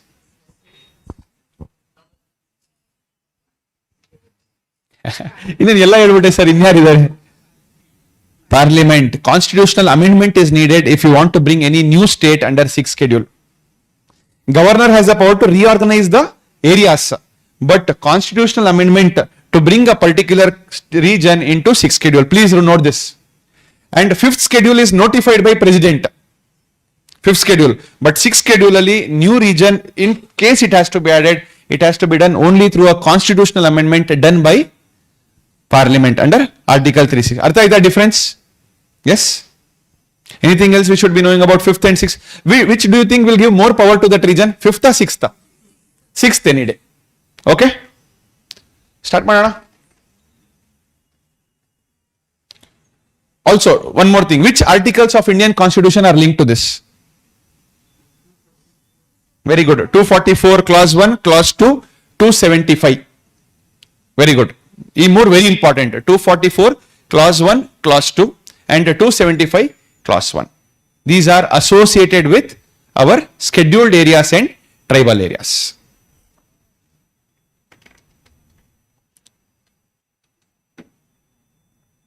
Again, you know why it is given? To protect the cultural, tribal identity, culture, customs, etc. 6 schedule areas. You want a break? Huh? Break up, bedo. 2 minutes. We'll be discussing like this. Somebody wants to take a break, you take a break. Sumne bere avarge time waste agutte. Meanwhile, we'll be discussing what else is to be done in prelims and life. Anyone wants to take a break? We'll not discuss anything important. Take a 5-minute break. If you want to go to the washroom, etc. No coffee, tea and all. Continue ಮಾಡೋಣ. ಈಗ ನೋಡಿ ಯಾರಿಗೂ ಇಲ್ಲ. Assam, Meghalaya, Mizoram and Tripura. In Assam, which regions have autonomous district councils? Very good. Karbi Anglong, Bodoland and yes, North Kachar or North Chachar Hills. In Assam, repeat, Bodoland, North Kachar and Karbi Anglong. In Mizoram, we have Chakma, Mara, Lai. Okay, these are autonomous district councils. Tripura has only one.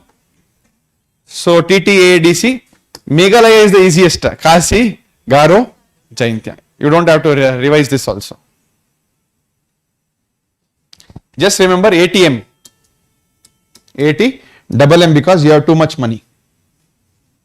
Assam, Tripura, Meghalaya, Mizoram. These are the only 4 states which have 6th schedule.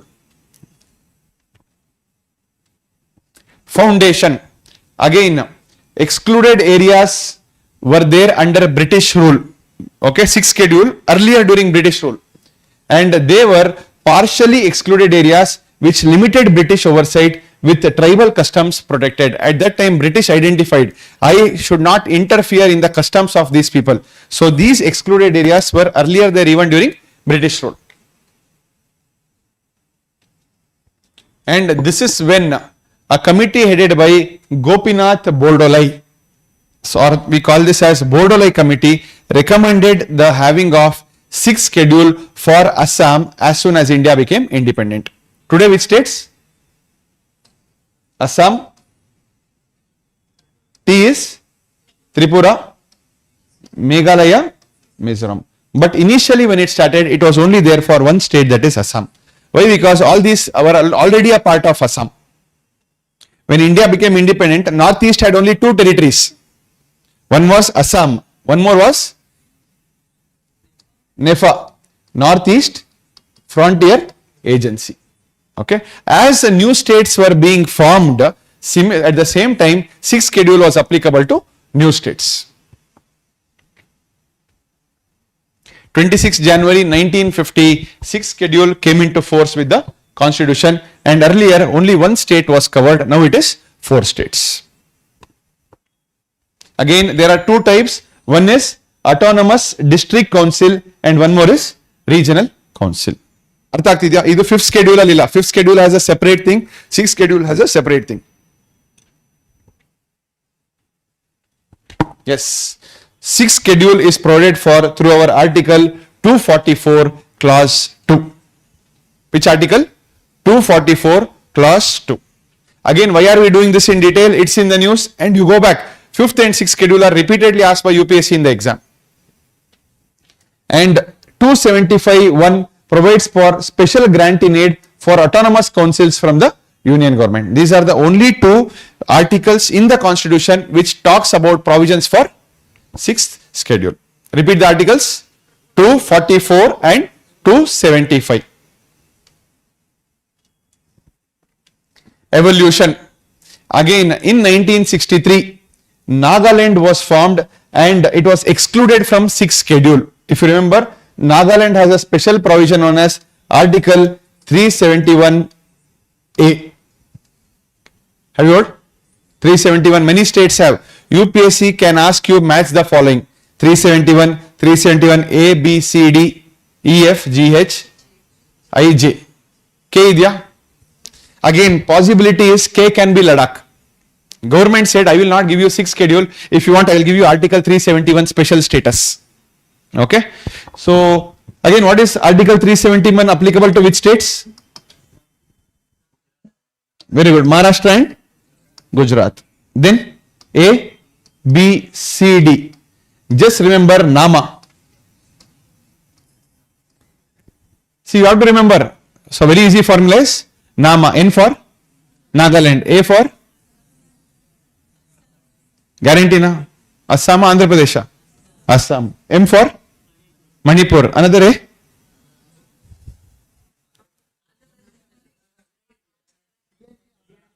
D is Andhra Pradesh. Guarantee na.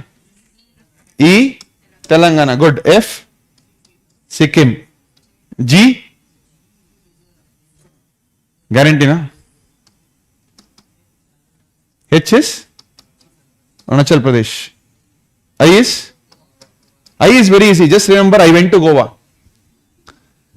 Okay, I and Goa, you will never forget. K is Karnataka. Oh, sorry. J is K, we have not yet gone only. Okay. Understood? Please remember, UPSC can ask this any point of time as match the following. 371 mono. It is Maharashtra and Gujarat. New Goa. New Year weekend. Mind is in Goa. A, B, C, D is Nama.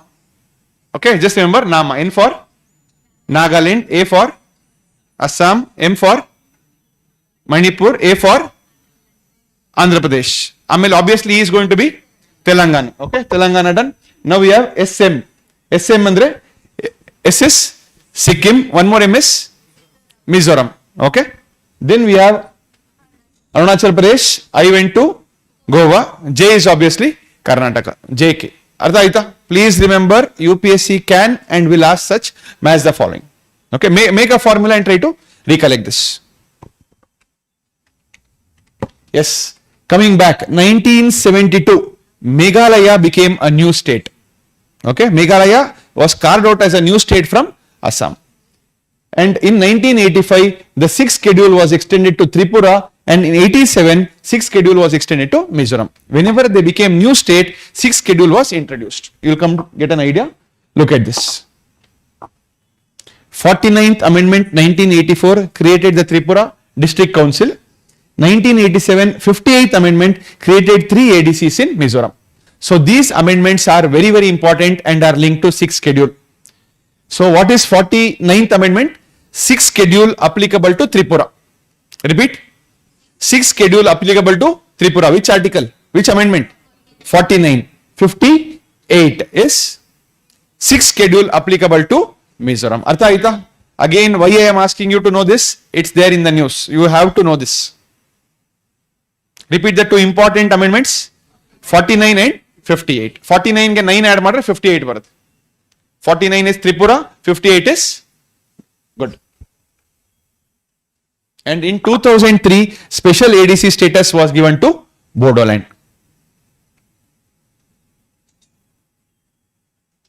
49th Amendment, 57th, this we can skip.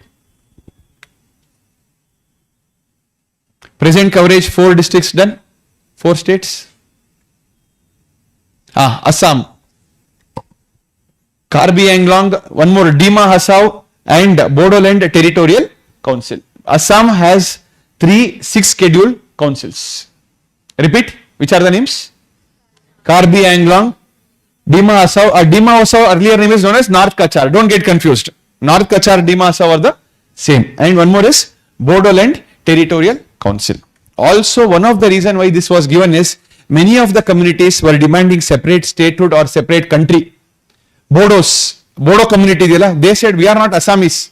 We want a separate country or a separate state. That is when they were given more self-governing powers. Okay. Meghalaya, all of us know. Chakma, Kazi, Garo, Jaintya. And TTADC, Tripura Tribal Area Autonomous District Council, one of the largest territorial council. Tripura has only one. And last is our Mizoram. So total how many are there? 10. Total 10 autonomous district councils under 6th schedule. How many states are covered under 5th schedule? 10 only. Okay. Please have an idea. Autonomous districts and regions. Autonomous districts are tribal areas organized into district administrative units. They have their own legislative powers, executive powers and judicial powers. Legislative andrenu? Make laws. Executive is execute laws. Judicial powers have their own courts. Artha agtidya? In 5th schedule, do they have their own laws? No. Okay, don't get confused. This is why 6th schedule areas have more power compared to 5th schedule areas. District councils. Again, they have 30 members, out of which 26 are elected and 4 are nominated by the governor. Very, very important. District councils are how many members? 30 members. How many are elected? 26 and 4 are nominated by the governor of the state. Regional councils for autonomous region within districts. Legislative powers, all this we know.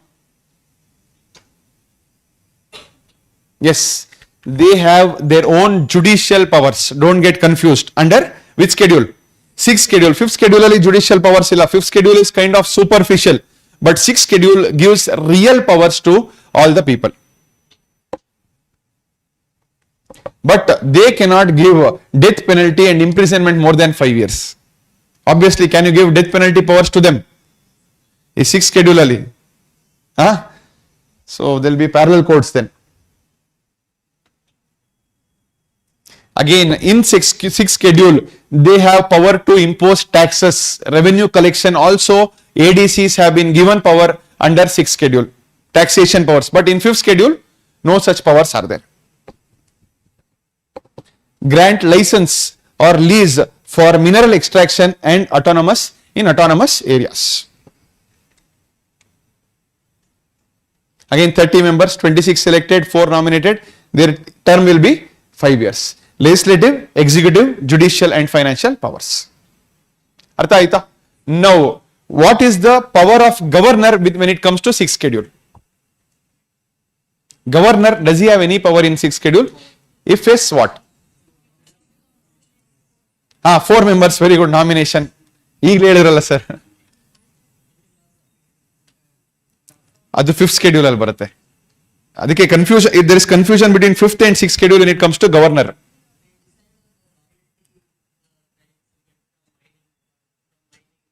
ಅವರು decide ಮಾಡ್ತಾರಾ? Who fixes it? First the council will fix it, governor then agrees to it. Okay. Regulation of Zoom cultivation, shifting cultivation, forest administration except reserved forests. Please, this is an exception.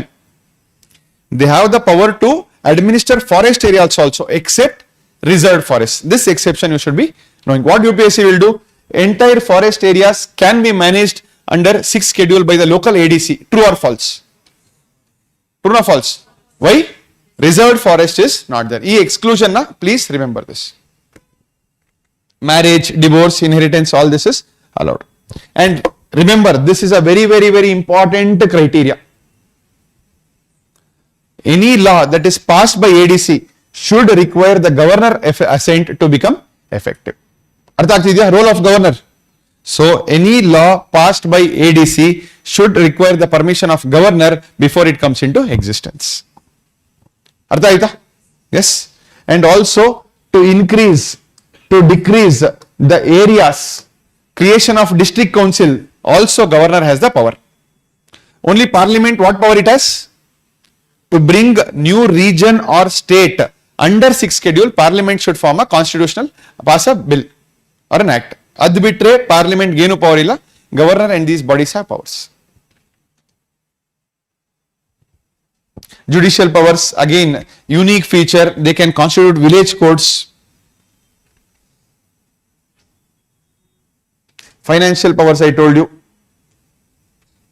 Executive, primary education, healthcare, markets, everything is regulated by 6th schedule. What is regional council? Created where multiple tribes exist within a single autonomous district. Okay.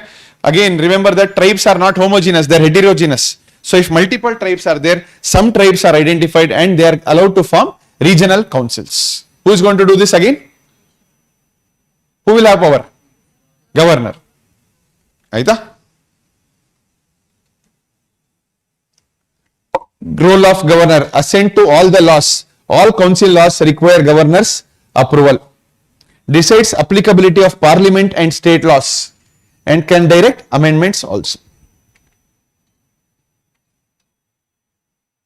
Fine, this is done. Yes. Powers of president.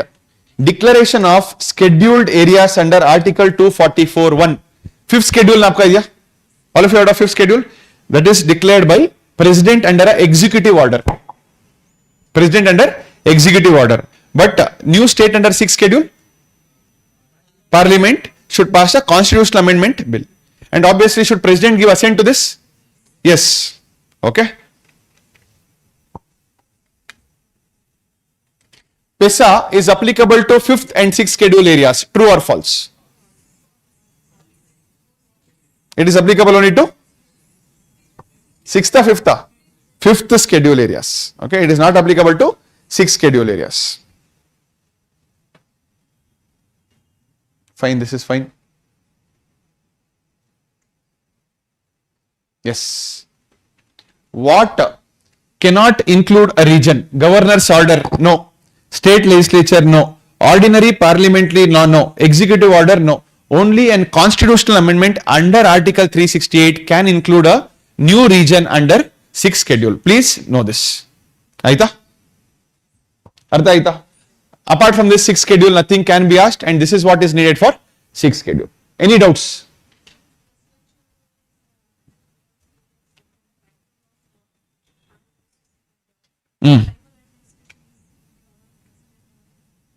All powers will go, but they will not interfere in all this. Very good question. Sir, what happens if president's rule is imposed? Again, powers will go, but generally they will not interfere. Okay. 6th schedule areas applies to scheduled areas in states except Assam, Meghalaya, Tripura and Mizoram. Directly let us go to the difference. A difference column will come to know. 5th schedule, scheduled in 10 states. Central India focus. Tell me the 10 states which has 5th schedule. Maharashtra idya, Gujarat, Rajasthan, yes, Andhra Pradesh, Telangana, Madhya Pradesh, Chhattisgarh, Jharkhand, Ashtena, Odisha. Yes, illide. Which are the 10 states? Yes, Andhra Pradesh, Chhattisgarh, Gujarat, Jharkhand, Madhya Pradesh, Maharashtra, Odisha, Rajasthan, Telangana and Himachal Pradesh. 10 states. Again, geographically almost contiguous region. Again, if you want to remember, start from Gujarat. Gujarat in the go to Maharashtra, Rajasthan, then Madhya Pradesh, Chhattisgarh, Jharkhand, Himachal Pradesh, Odisha. These are the 10 states which have 5th schedule.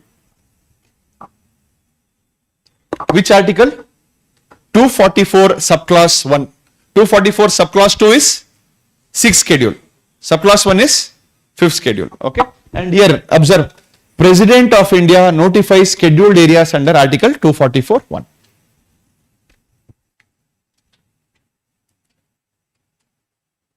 Again, Governor has the power, unique authority to protect the tribal interest.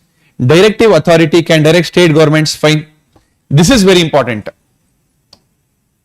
Tribal Advisory Council is established in each state with scheduled areas. Very, very important. ADC and RC is present in 6th schedule. Our Advisory Council is found in 5th schedule. Know this difference. Other states also they can form. Yes. Wherever tribal population is present, they can form this. Governor. Powers of governor in 5th schedule. One is law modification. Exclude or modify application of state or central law to protect the tribal interest. But in 6th schedule, whatever the ADC passes, that permission should be given by governor. Okay, it is other way around there. Make regulation for peace and good governance after consulting tribal advisory council, etc. And this is very important. Annual reports are submitted to the president on administration of scheduled areas. Whom will they submit the report to? President. Who submits? Governor. You know the states difference? Observe here. 5th schedule is governor-led administration. What do you mean governor-led administration? Yes, governor controls everything in 5th schedule. But in 6th schedule, the autonomous district council is powerful. Governor only plays a supporting role. Artha is the difference? So you can say that more of top-down governance here and more of bottom-up governance here. Do you agree? Top-down yadu? 5th schedule. Governor will say which to apply, which not to apply. But here from bottom-up it goes. High degree of autonomy and very limited local autonomy. Remember in 6th schedule, legislative, executive, judicial powers are given to 6th schedule. Okay, this shows the governor control. Governor has more control in 5th or 6th schedule. Very good. Don't get confused. 5th schedule. District councils have more power in 6th schedule. In 5th schedule, regular court system, no special judicial bodies, but in 6th schedule, autonomous court, special courts are present. Judicial powers are there in 6th schedule. Same supervisory, executive authority. 5th schedule, largely governed by state laws with modification, and here 6th schedule, autonomous councils are more of involved in self-rule. They make rules regarding majority of the administrative areas. This is done. 244.1, 244.2, 275.1. Done. Yes. This summarizes everything. 5th schedule is centralized or decentralized? Centralized. Decentralized ಅಂದ್ರೆ district council. ಅರ್ಥ ಆಯ್ತಾ? Then main authority is governor. Here it is autonomous district council. Advisory body, tribal advisory council, it is not present in our 6th schedule. Judicial power is there in 5th schedule? Illi? Yes. Financial powers are limited. They have the power to levy their own taxes. Artha aita? This is the difference between 5th schedule and 6th schedule. Any doubts? Artha aita? Done? Is the same thing? Fine.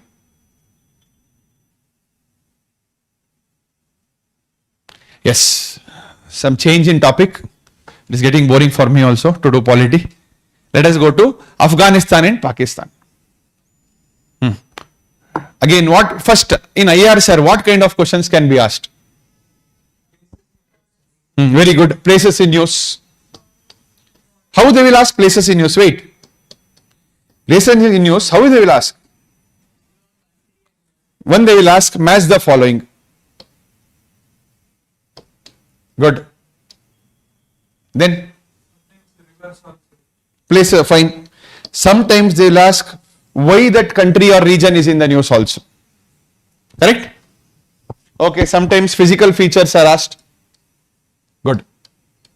This is one type of questions that come in international relations. Apart from this. Very good. Neighboring countries. Very, very important. Does it mean any country that comes in the news? I should see the bordering countries. Many students I see, actually they were making notes. Any country that comes, they will open in the map, they will write all the surrounding countries. Going by that, I saw that student almost write 70 countries and neighboring countries. That means you are doing it wrong. Which country, neighboring countries should I be knowing? Ella strategically important ಅವ್ರಿಗೆ. Geopolitically important regions that are in conflict. Read those countries. Which are the regions in conflict? Yes, Russia-Ukraine war, Israel-Palestine, then Armenia, Azerbaijan, Thailand and Cambodia. Napka idya? Sudan and South Sudan. Don't mix Sudan, Somalia, Congo. For you, Africa means same, sir. Rwanda. USA, Venezuela. Very good. What is the operation launched? I'll give you a chocolate now if you answer. What is the operation launched by USA to target the ships smuggling drugs of Venezuela? I'll give you a chocolate right now. Options ಕೊಟ್ರೆ answer ಹೇಳ್ತೀರಾ? Operation hair drop. You should give one chocolate to me now for every wrong answer. Operation Southern Spear. ನೋಡಿ ಅಲ್ಲಿ search ಮಾಡಿ. Operation Southern Spear.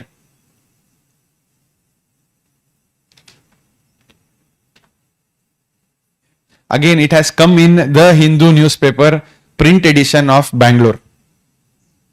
Sikta? Operation Southern Spear. Where will you read all this?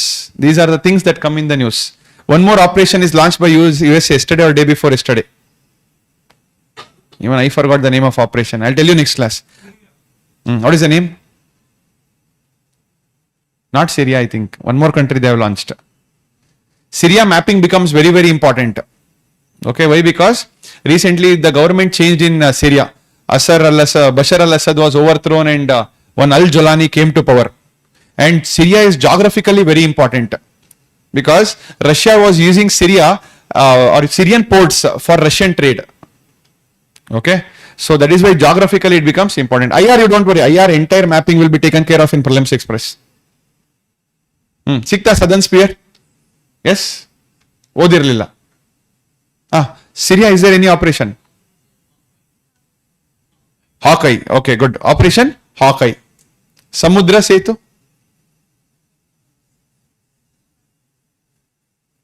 What was Sri Lanka? Sagar Bandhu. ಕೇಳಿದ್ದೀರಾ ಶ್ರೀಲಂಕಾ ಸಾಗರ್ ಬಂದು? Operation Rahat, ಬ್ರಹ್ಮ ಗೊತ್ತಿಲ್ಲ ಅಂದ್ರೆ ಹಂಗೆ. Very good. Myanmar. You don't know Brahma? ಗೊತ್ತಿರುತ್ತಲ್ಲ. Devi Shakti. Who told Turkey? I will send you to Turkey. Turkey is ದೋಸ್ತ್. Okay, please keep an idea of all this. Very, very important from exam perspective. And also recently important joint military exercises are in the news. Which are the joint military exercises that are in the news? Very good. Indian troops actually went to Desert Cyclone. Desert Cyclone is a joint military exercise between India and which country? Yes, good. It is joint military exercise between India and UAE. India and UK. Tell me the joint exercises. Very good. Ajeya Warrior. Very good. Konkan is joint naval exercise. I think these were current affairs and recently in the news. Surya Kiran, India and Nepal joint military exercise. Correct? Equatorial Maldives. Ekata. See, where is Ekata? Maldives only. Ekata is also Maldives.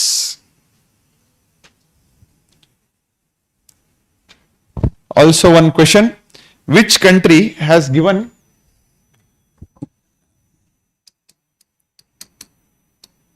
an award known as Abakal?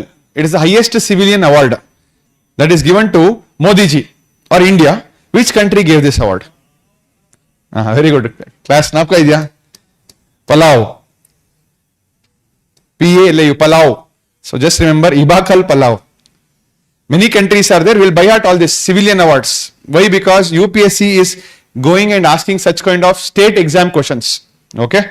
So in the next class, we'll start economics and half an hour we'll have crisp current affairs of all these topics. Okay. Why? Because high rewarding topics. Again, coming back to IR, what else can be asked in IR? First I told you, again one is countries which are in conflict, places in news, etc. Then organizations, very, very important. So what all should you be reading when you are reading an international organization? When you are reading an international organization, you should know which year it was set up. What are the functions of that organization? Where is the headquarters or secretariat located? Who are the members of this organization? And is India a member of this organization or not? And any initiatives that are brought about by the organization. This is how you have to read an organization. Also, if India has participated, where was the latest summit conducted? And what was the theme of the latest summit? Understood? This is how you read an organization whenever it comes in the news. Which organization was in the news? SCO, Modi ji went. Tell me the theme of SCO summit.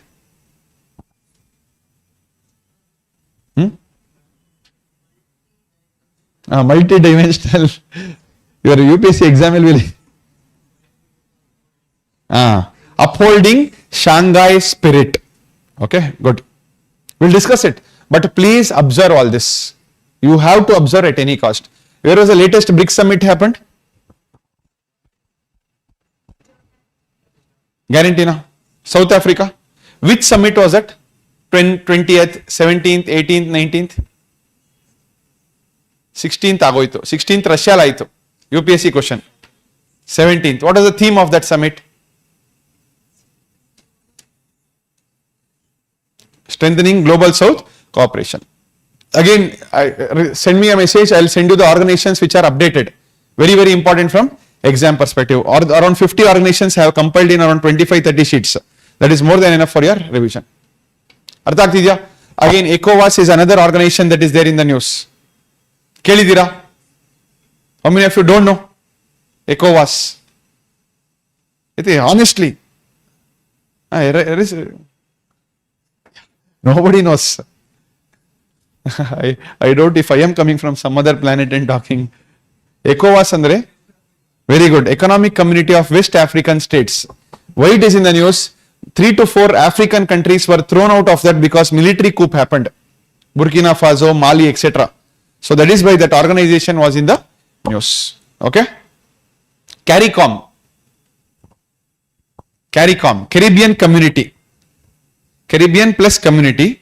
CARICOM antide. Okay? A group of Caribbean countries. Why? Because recently Modi ji visited that region and second summit happened. Caribbean countries andre? Which countries? Countries between North and South America. So Caribbean islands. So there. So these countries, CARICOM summit antide, very important organization. Where did Modi ji visit recently? He went to Jordan, he went to Ethiopia, amele Oman also. Oman, one port was in the news. Oman, one port was in the news.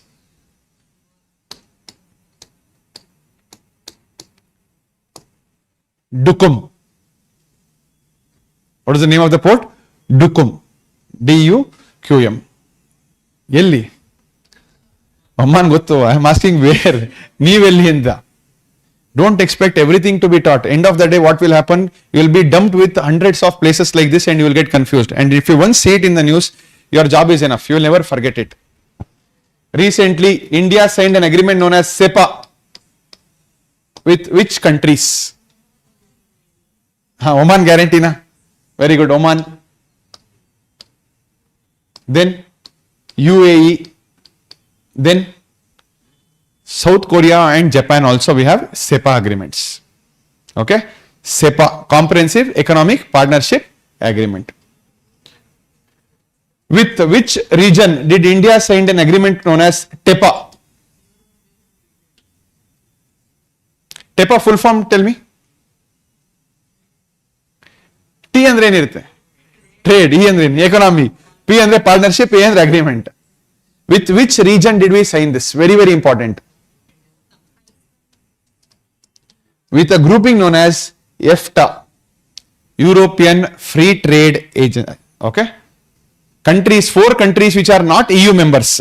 Our jate India signed a free trade agreement. The name of the agreement is known as TEPA and the organization is known as EFTA. EFTA means it has 4 countries. Iceland. Who is telling Iceland? Very good. Adbit Bereli. Very good. Liechtenstein. S for Switzerland. N for Norway. These 4 countries, non-European Union members, with whom India signed a free trade agreement. Again, I will give you the entire list of free trade agreement with which country we have signed. Okay? Artha agtidya? IR, trust me, most easiest way to get minimum 10 marks. Minimum 10 marks, easiest. You just have to observe all this. Dukum port, if you don't tell, what can we do? Nobody can come and help you clear prelims if you don't observe all this. Okay? Please make it a habit and start reading this. Still, you have 5 months for prelims. More than 5 months. You have lot of time to actually prepare properly in a structured manner for prelims. Idina observe ಮಾಡ್ತಾ ಹೋಗಿ. All right? Coming to, yes.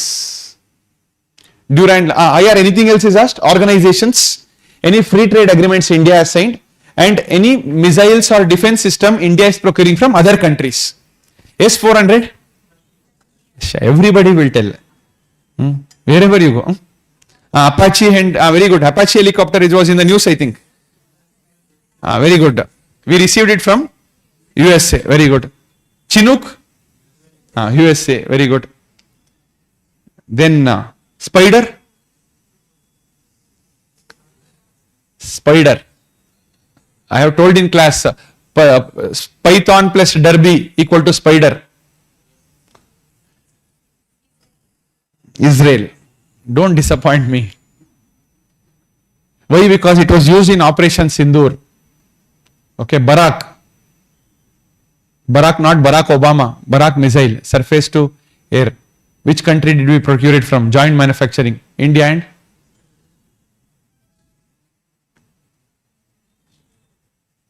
India and Israel. Barak. Please, these are full toss balls in cricket match. 6, you have to score 6. Or else you will not score a boundary. These are easiest questions that you can expect. Okay? Artha agtidya? Again, so with respect to this, trade agreements, awards, joint military exercises, organizations, I will give you handouts. Okay, so whatever is happening from the last 1.5 years will be covered here. So you don't have to worry about this. But please give focus to this. Has anybody told you not to read all this? Then why are you not reading? Because nobody has told you to. Artha agtidya? Please, again, what was the cutoff last year? 87. This year it was 95 around. Okay, and 1 mark also matters. And you know how difficult it is to get 2 marks. And you will get to know only after you don't clear the exam by probably 1.5 marks or 0.33 marks. So don't become that person. I have seen students, one simple question, which organization India is not a member of? They have not got these answers right. And they miss the cutoff by 1 mark. And if you miss such questions, even God cannot help us. Aita? Anyways, let us come back to our favorite Durand line. Why is this Durand line in the news? What is this Pakistan-Afghanistan border dispute? Anybody? Good. Pakistan is claiming it. It is other way around. It is the other way around. Which community people are there during in the Durand line? Pashtuns. Pashtuns. Okay? I'll tell you. Yes.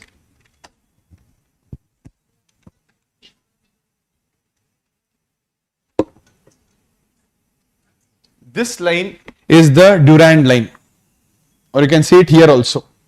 And this Durand line is a border between Afghanistan and Pakistan. And this line was established by British in 1890s. Because at that time, British wanted this region to be a buffer from Soviet invasion.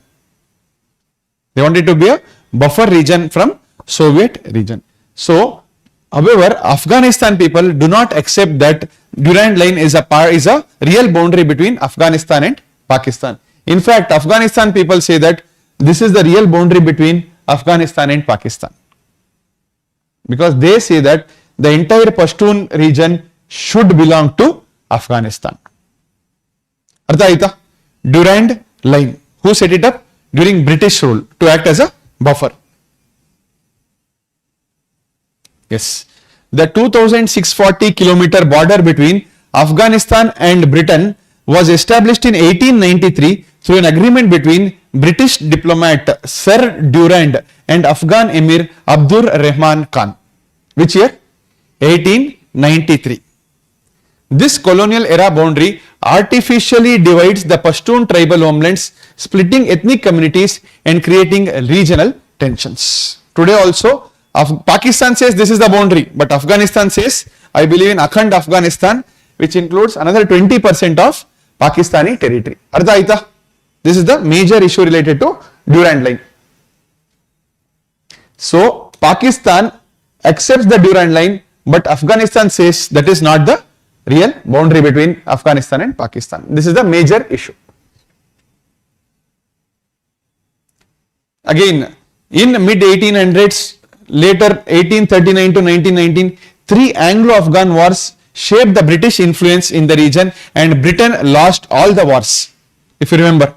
And finally, they had to establish this Durand line to have a buffer between India and the Central Asia and West Asian region.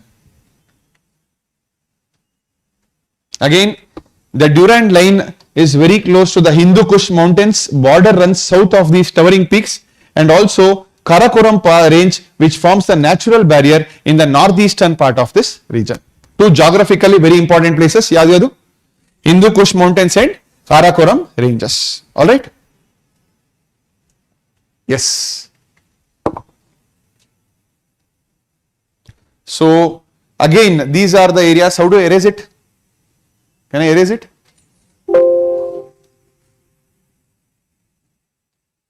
Yes. Very, very, very important areas that are there in the news. Torkham. Put 5-star rating for this. These two are most important areas that are in the news. And one more is Chaman. Torkham and Chaman. These are the neighboring border areas where the bomb attacks are happening, and this is the area where refugees go from one region to the other region. Repeat the names. Torkham and Chaman. Alright?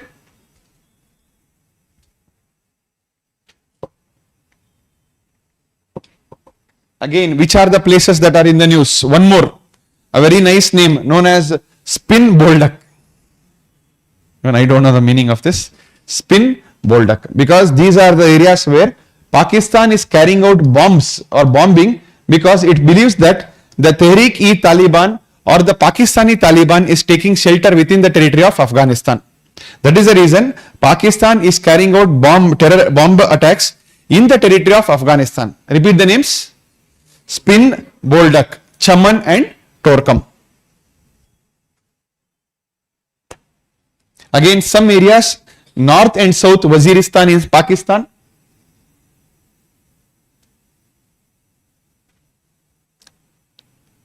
Write down very important place, Pak Tika. Pakistan Tikka is equal to Pak Tika. Pakistan became Tikka here. P-A-K-T-I-K-A. Very important place. Again, why? Because bomb attack was carried out in this province. Simply we don't read a name. It is in the news. Where is it present? Afghanistan. Repeat the name. Pak Tika. Okay. One more very important place, Helmand province. Helmand. H-E-L-M-A-N-D. Helmand province. Again, where is it present? Afghanistan. Oh, it's already 8:30. Nangu gotilla. 10-15 minutes. If there is anything pending, don't worry, we'll carry in the next class. Okay? Or we'll start early from the next Saturday. That is better. Yes. Coming to our important river. Which is the river? River Kunar. River Kunar is a tributary of river Kabul. Kabul is a tributary of river Indus. And that is why Afghanistan is trying to block or reduce the flow of water by constructing a dam across a river known as river Kunar. Kunar is a tributary of Kabul. Kabul is a tributary of Indus. Artha aita? Ishtidre saku. Again, if this comes in the exam, easiest 2 marks that you are going to get. Alright? Any doubts?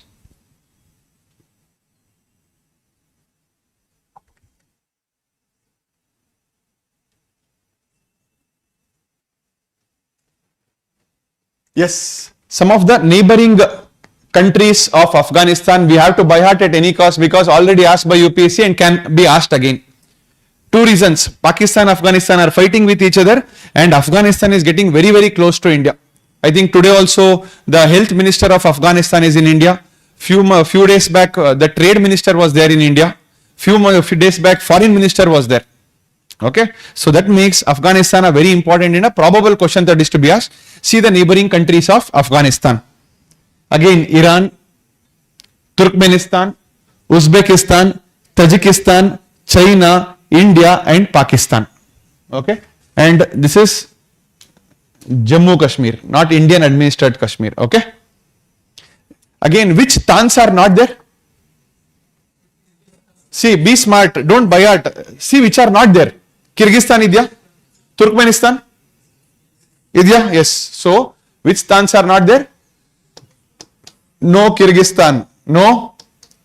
Kazakhstan is there? No. Uzbekistan is there? Turkmenistan, Tajikistan.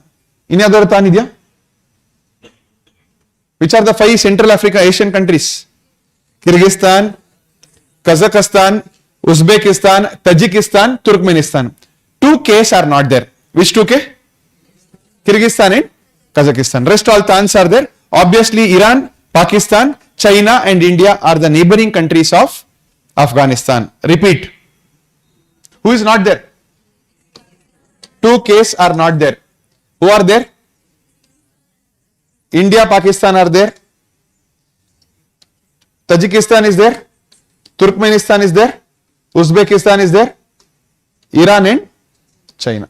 For everything, don't make a formula. I think this is very easy to remember like this. Or do you want formula for everything? So that will become, you are blindly dependent on something. Naturally remember. Kazakhstan, Kyrgyzstan, not there. Left al yaad ide. Try to remember like that. Iran. Iran in the bandre. Turkmenistan, Uzbekistan, Tajikistan, China, India, Pakistan. Okay, these are the neighboring countries bordering which region? Afghanistan. Artha aita? So this is done. SCO last topic 5 minutes and we'll conclude. Okay.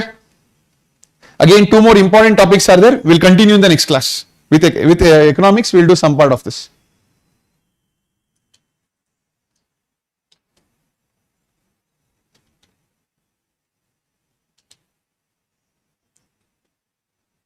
What do you know about SCO? What is SCO? In interview also don't make this mistake. Not interview, personality test. What is SCO? What is it? It is a very good multilateral beda. Multilateral there is a better word. It is a regional organization of Eurasian countries. Correct? To promote political, economic, social cooperation. Geostrategic. Artha aita? It is not for one purpose but multiple purpose. Political cooperation, economic cooperation, security cooperation, etc. Alright? Where is the headquarters of SCO located? Headquarters of Shanghai, obviously, Beijing. SCO headquarters is not located in Shanghai but it is located in Beijing. Artha kidya? Headquarters is in Beijing. Please don't get confused. Again, the earlier name of Shanghai Cooperation was known as Shanghai 5. Again, the main countries which are dominating this is Russia and China. Or Russia and China led to the foundation of Shanghai Cooperation Organization. Okay. Again, formed by China, Russia, Kazakhstan, this is fine. Is India a founding member of SCO? India is not a founding member of SCO, remember that.